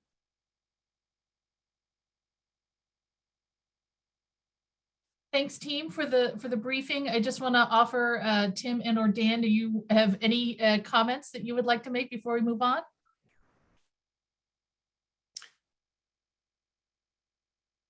Chair Lee, I have none, but it's good to see everybody. And I do want to do a little quick acknowledgement of the team.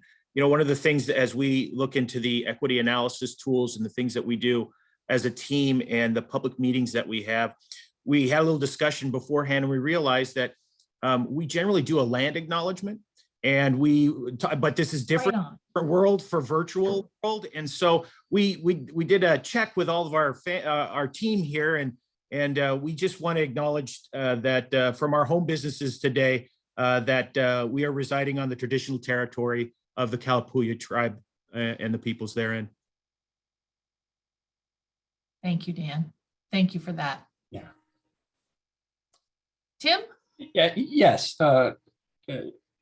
Councilmember Lee. So I do just want to put on the radar one additional good bit of news relative to the Federal Infrastructure Investment and Jobs Act.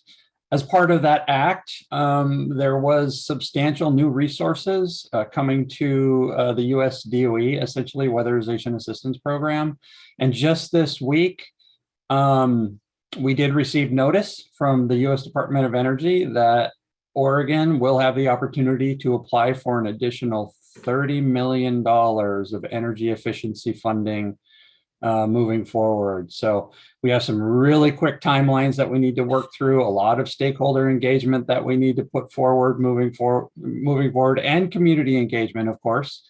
And I just wanted to put that on the radar because that is, as our policy advisory committee, we will have to work with the Housing Stability Council moving forward as we prepare that plan and move that forward into the future. So as I said, a quick deadline, we actually have to submit that application by July 1st of 2022. So we have several months to work on it, but we will be back to Housing Stability Council in the near future to share some of our planning efforts.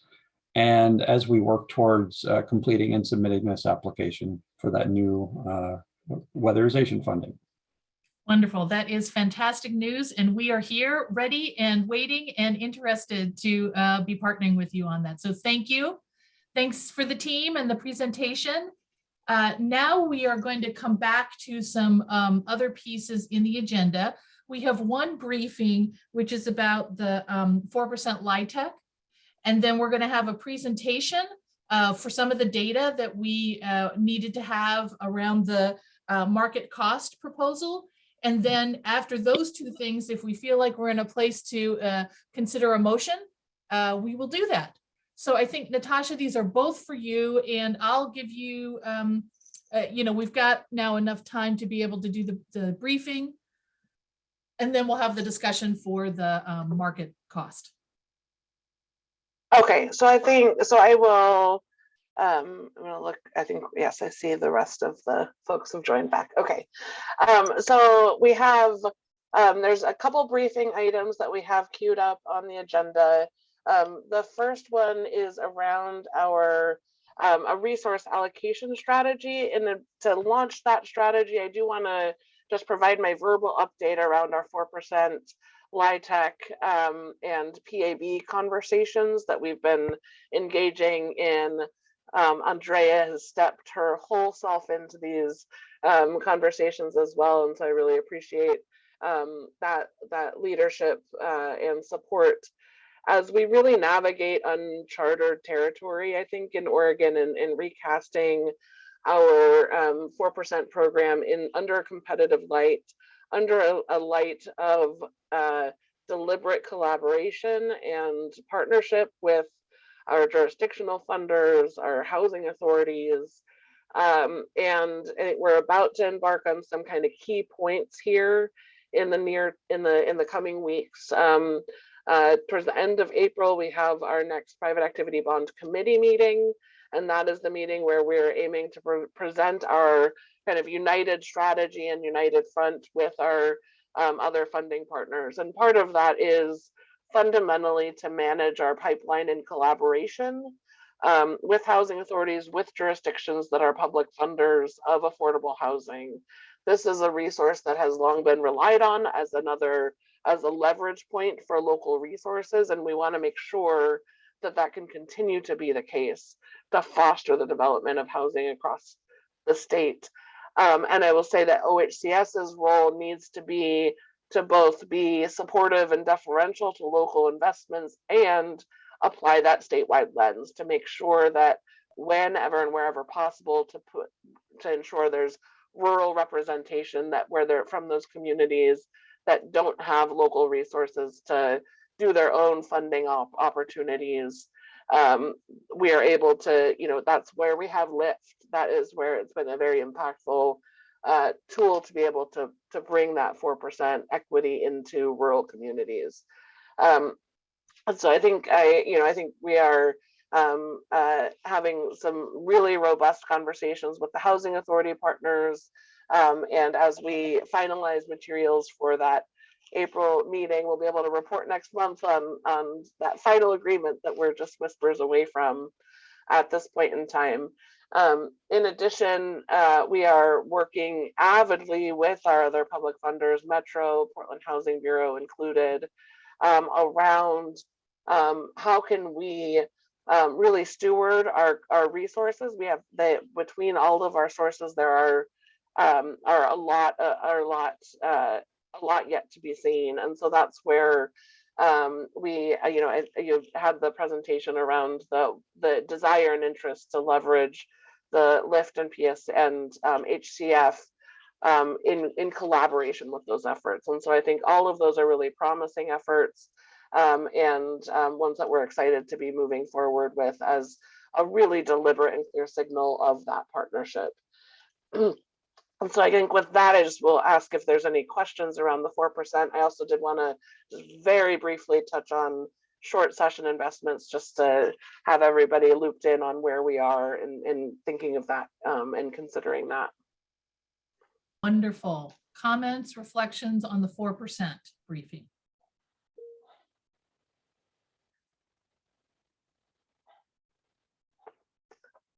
Okay. All right, let's hear about the legislation. Sure thing. So I'm going to share. I just have one screen to share.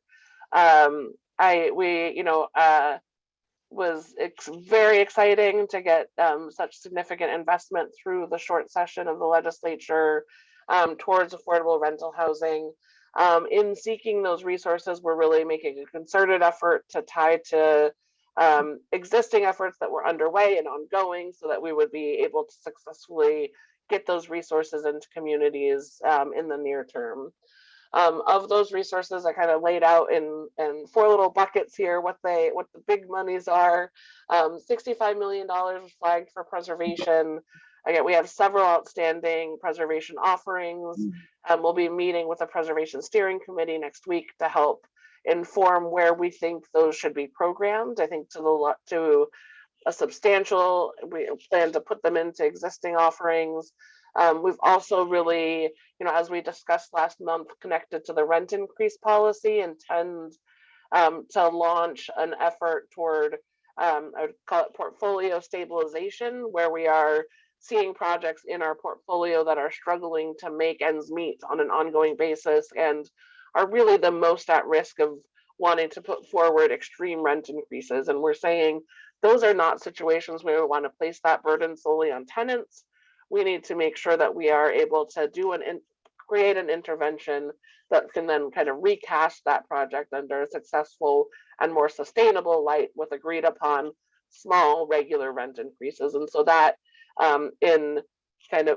based on our last month's conversation, that framework is what we want to be presenting to you next month along, with that kind of packet of information that you really didn't have in hand when we were requesting that you make that pivot around our rent increase policy to the rent review process.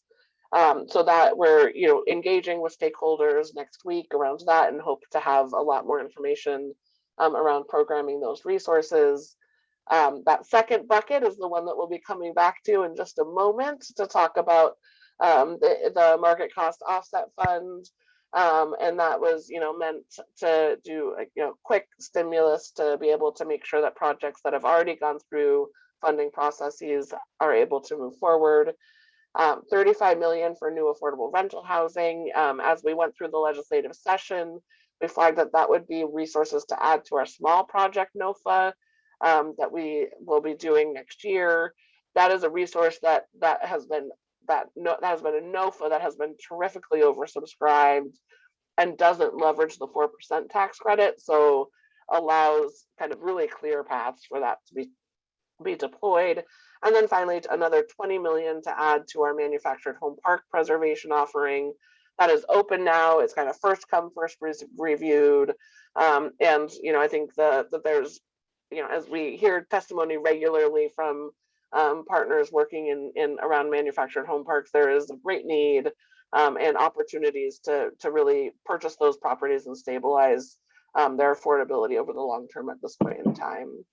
And so as you see, for the great part, those are all frameworks that have already existing.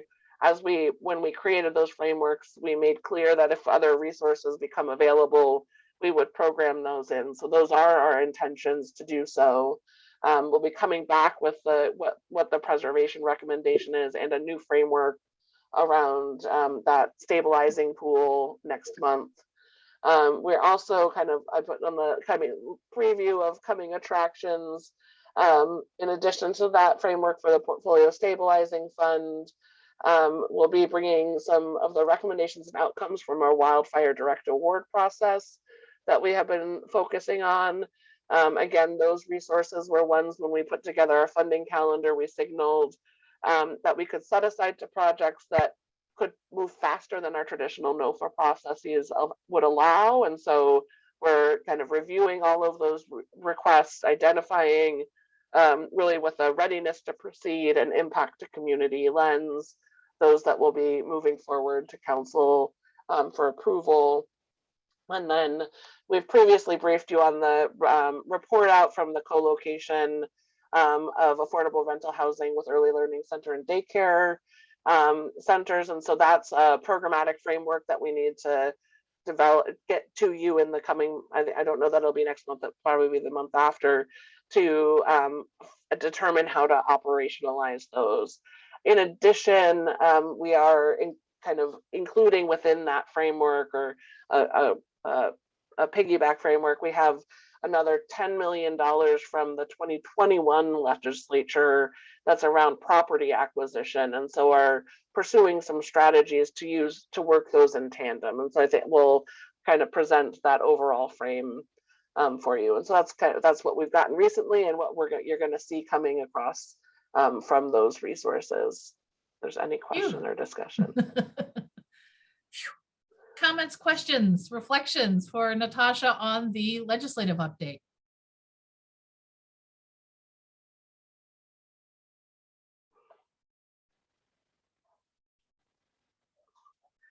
All right, I'm gonna actually, before we start, I'm gonna just invite us all to take a deep breath. We're in the last 30-20 minutes of this meeting. We've been going long, we've been going hard. And we're going to finish well.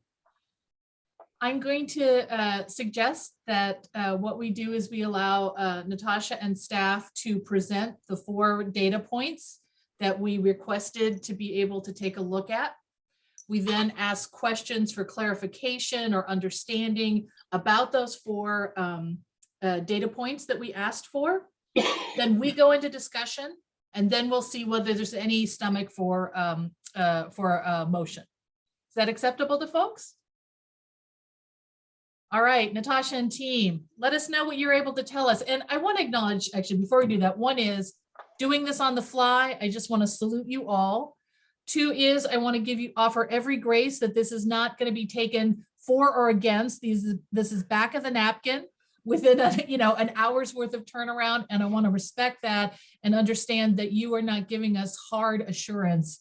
You're telling us what you know at this moment, and it's being offered in the light of, can we get more information to make good decisions as a council? So I just want to start with that. All right, Natasha, it's up to you. Great. So I put together a PowerPoint as, as a means for communicating. Yes, you did. It's my default tool. So, I know. So there we go. With Excel and PowerPoint, my friends here. So I think we wanted to just start by kind of framing what we're trying to do here. And so the problem was the problem that we're aiming to fix. And it's, to put in the bullets here, is to resolve funding gaps in projects that have unforeseen construction cost increases, and to catch projects that have already gone through funding processes, are in our queue of resources and are unable to move forward if not for some reasonable intervention of gap resources. And that was what we put forward to the legislature in terms of our need and desire to deploy these resources. The way that we propose to address that need and to deploy these resources is, as we've talked through earlier, but to request consistent information from all projects and solicit this broadly from the community of funded projects. We want to work collaboratively after that point with each of those project sponsors to assess need, understand what's been going on, what they've been able to solve for, where can we put our foot in, and where do we want to ask for additional work and momentum. Again, really trying to avoid a place of hard and fast criteria that pin us in into a place where we're unable to be collaborators at the table.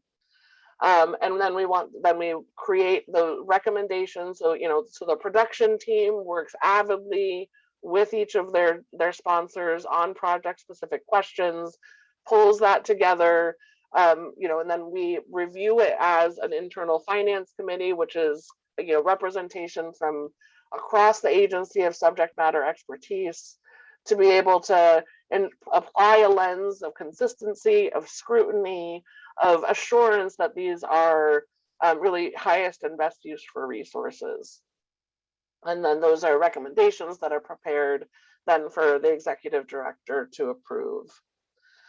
I made a whole slide of what we know is imperfect. Our data is imperfect, and that's why we hadn't proactively put it forward to you today.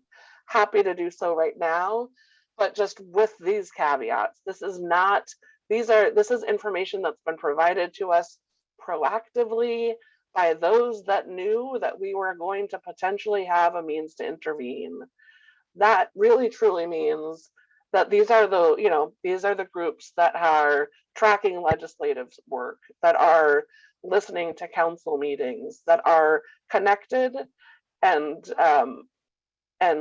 actively engaged at this level. And I would argue that does not represent a large swath of our development community who are, rural, lacking access and opportunity. So I think that's where, when we look at this information that we have, they're large 4% transactions. They are not our small developments. They're not our culturally specific developers. And that is missing from this picture. And I don't think that we can consider it complete until we are able to solicit this information broadly from that. Also, just to point out, because a project might ask for that money does not mean that we have vetted it, approved it, or want to support it as it has been presented. And this is kind of our data summary of what we were able to put together. There's the jurisdictional coverage, again, largely urban. There's a little bit of rural in there, but it's largely urban. And these are 90% large 4% transactions. That they are, and really in practical terms, those are the ones where that closing date is really firmly tied. Other projects are likely experiencing these issues and can push that closing timeline back with a little less notice, with a little less engagement from staff around it. But we also need them to come forward to say what's preventing them from moving forward if it is a cost issue, and that does need to be represented in this overall picture. The overall, so we see on here the overall increase per unit, an average of there's some high ask outliers which are skewing our averages, and so you can see from the max, but the minimum from 8,000 to 68,000 per unit. Percent increase from the initial construction costs. So based on initial construction costs plus what they're asking for in addition, from 3% to 28% increase. And then we're covering kind of Portland Metro, Little Oregon Coast, Southern Oregon, and the Willamette Valley. And these are projects that globally represent, families, seniors, homeless, and chronically homeless units. And so these 17 projects together have over 1,600 units reflected within. And you'll see on here that request totals $45 million.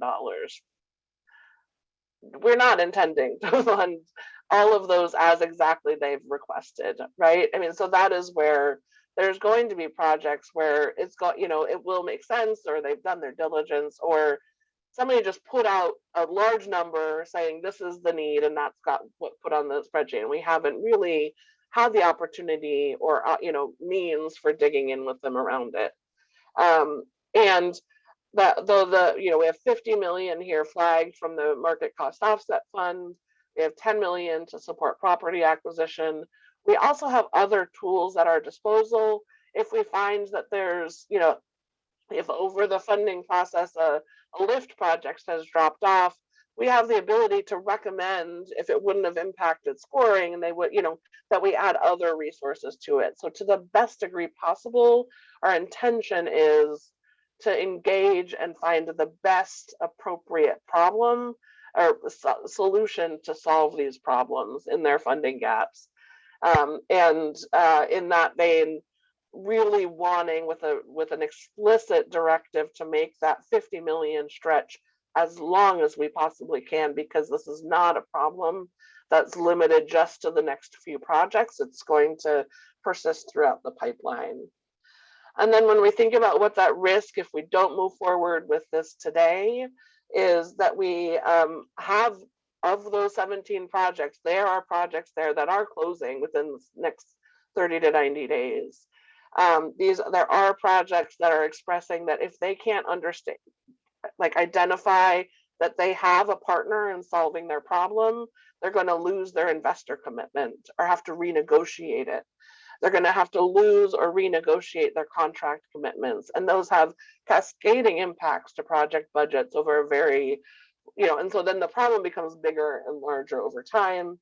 As they stall, costs increase. We have obviously a constricted private activity bonds environment. If projects lose their closing slot right now, we can't guarantee that they can move forward in the future. So that is a problem. And again, wanting to use our lens as stewards of public resources and in real robust engagement and understanding the complexities of each of these financing, what partners they have, what's available, with the utmost flexibility around what's reasonable. Some projects don't have others to turn to, and that does make sense. Some projects you might say, well, if you took 10 units out of there, could you make it work with a more reasonable investment? Some projects, that's not an opportunity. So again, it's really using all of that nuance to make sure that at the end of the day, you have a pipeline that can continue to close and move into construction into the community. And I think that's for the most part what we prepared. So I will, I don't know if Roberto or Ty, you have additional, or Andrea, if you have additional words of wisdom to chip in here before we open for discussion. No, much appreciated, Director Datwala-Davy. This is great. Thanks, team, for regrouping and pulling this together. not only so quickly, but actually quite eloquently. So just much appreciation for that.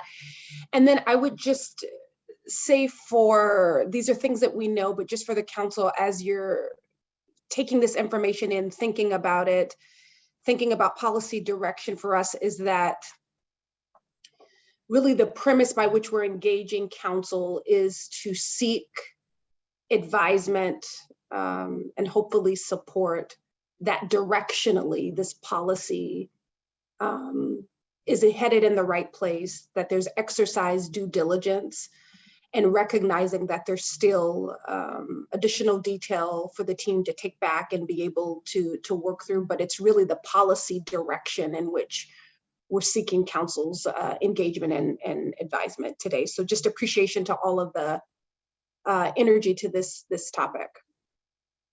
Wonderful. Thank you, Director Bell. Thank you, Natasha and team. And I want to turn it over to the council now for questions, comments, clarification. I'm going to ask us that we don't need to determine advocacy for a particular position or for a particular recommendation. Now is our time to just, we asked for more information. I think we've gotten what's available, and we need to now really sit with it and see what we think about it. So I'll turn it over to anyone who wants to start. And we have two participants with raised hands.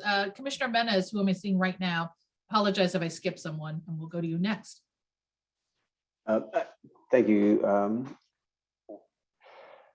Thank you so much for the staff. I mean, this is information that it helps a lot in terms of looking at, understanding that this is not real, understanding that this is it's somewhat of a request that has not been vetted, that needs to be vetted, but having understanding of what resources we have versus what the need is or the ask is, and knowing that ask doesn't mean that that's what is going to be provided. Completely understand that it needs to be vetted. One of the things that you mentioned, Director, is that to get to this numbers do not represent all of the rural communities. Only represents those that have been actively involved or actively engaged in these discussions. Is there a plan from the agency to be able to reach out to those rural developers as well as culturally specific organizations that have not had the opportunity to provide information as to what their needs are? Yeah, absolutely. I mean, I think, and Roberto alluded earlier that, with an approved program, we then have what that process looks like. And it's really this is the documentation that we would need. And the strategy would be through the production analysts assigned to transactions to circulate that actively to each of the deals on their pipeline. In addition, we can send out technical advisories and such, but I do feel like we need that one-to-one connection to say, here, this is what's going on. Here there are resources now. If you're experiencing difficulties getting to construction close because of cost increases, this is the time to raise that forward. Again, we were going to prioritize commitments to projects with that closer to closing date, but we need to have a longer dialogue with projects in advance of getting to those timelines. And so the expectation would be that we'll do direct outreach as well as circulate broader messages and make sure that that the teams that do that work are reflected. And Roberto, I don't know if you've had any other partnership discussions around that. I do, again, realizing that 95% of this list of 17 are for large 4% transactions really, to me, resonates that we need to dig in on that broader outreach.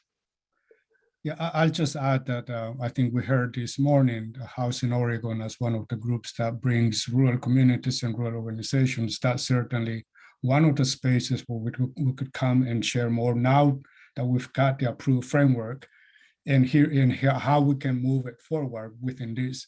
Secondly, coming up in a couple of weeks, actually, we've got an ongoing or quarterly meeting with culturally specific development organizations, where we could also now bring this information with them so that they know what is available, how it works. And those are the two that come to mind readily available that we can utilize and partner with. Thank you. Other council members? Questions, comments, reflections? Councilmember Higginbotham. So I think, thank you, first of all, for that information. It was really, it's helpful, knowing that it's not quite complete, but it is helpful to see. And I'm wondering if our motion isn't too far off from being finessed and something that will work in thinking about policy and how we move forward as a council.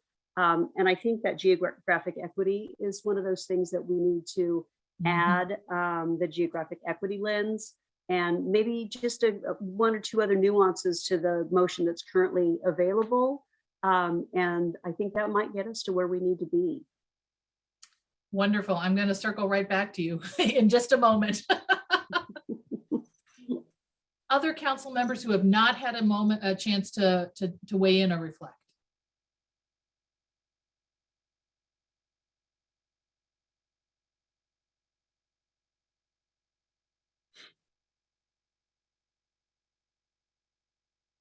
All right, with that silence, I will invite a motion, please.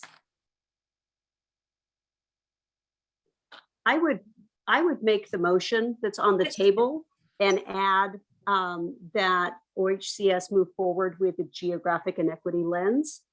And I think that's as simple as I think it should be. Wonderful. We have a motion. Is there a second? I'll second. Thank you. Councilmember Jamison seconds.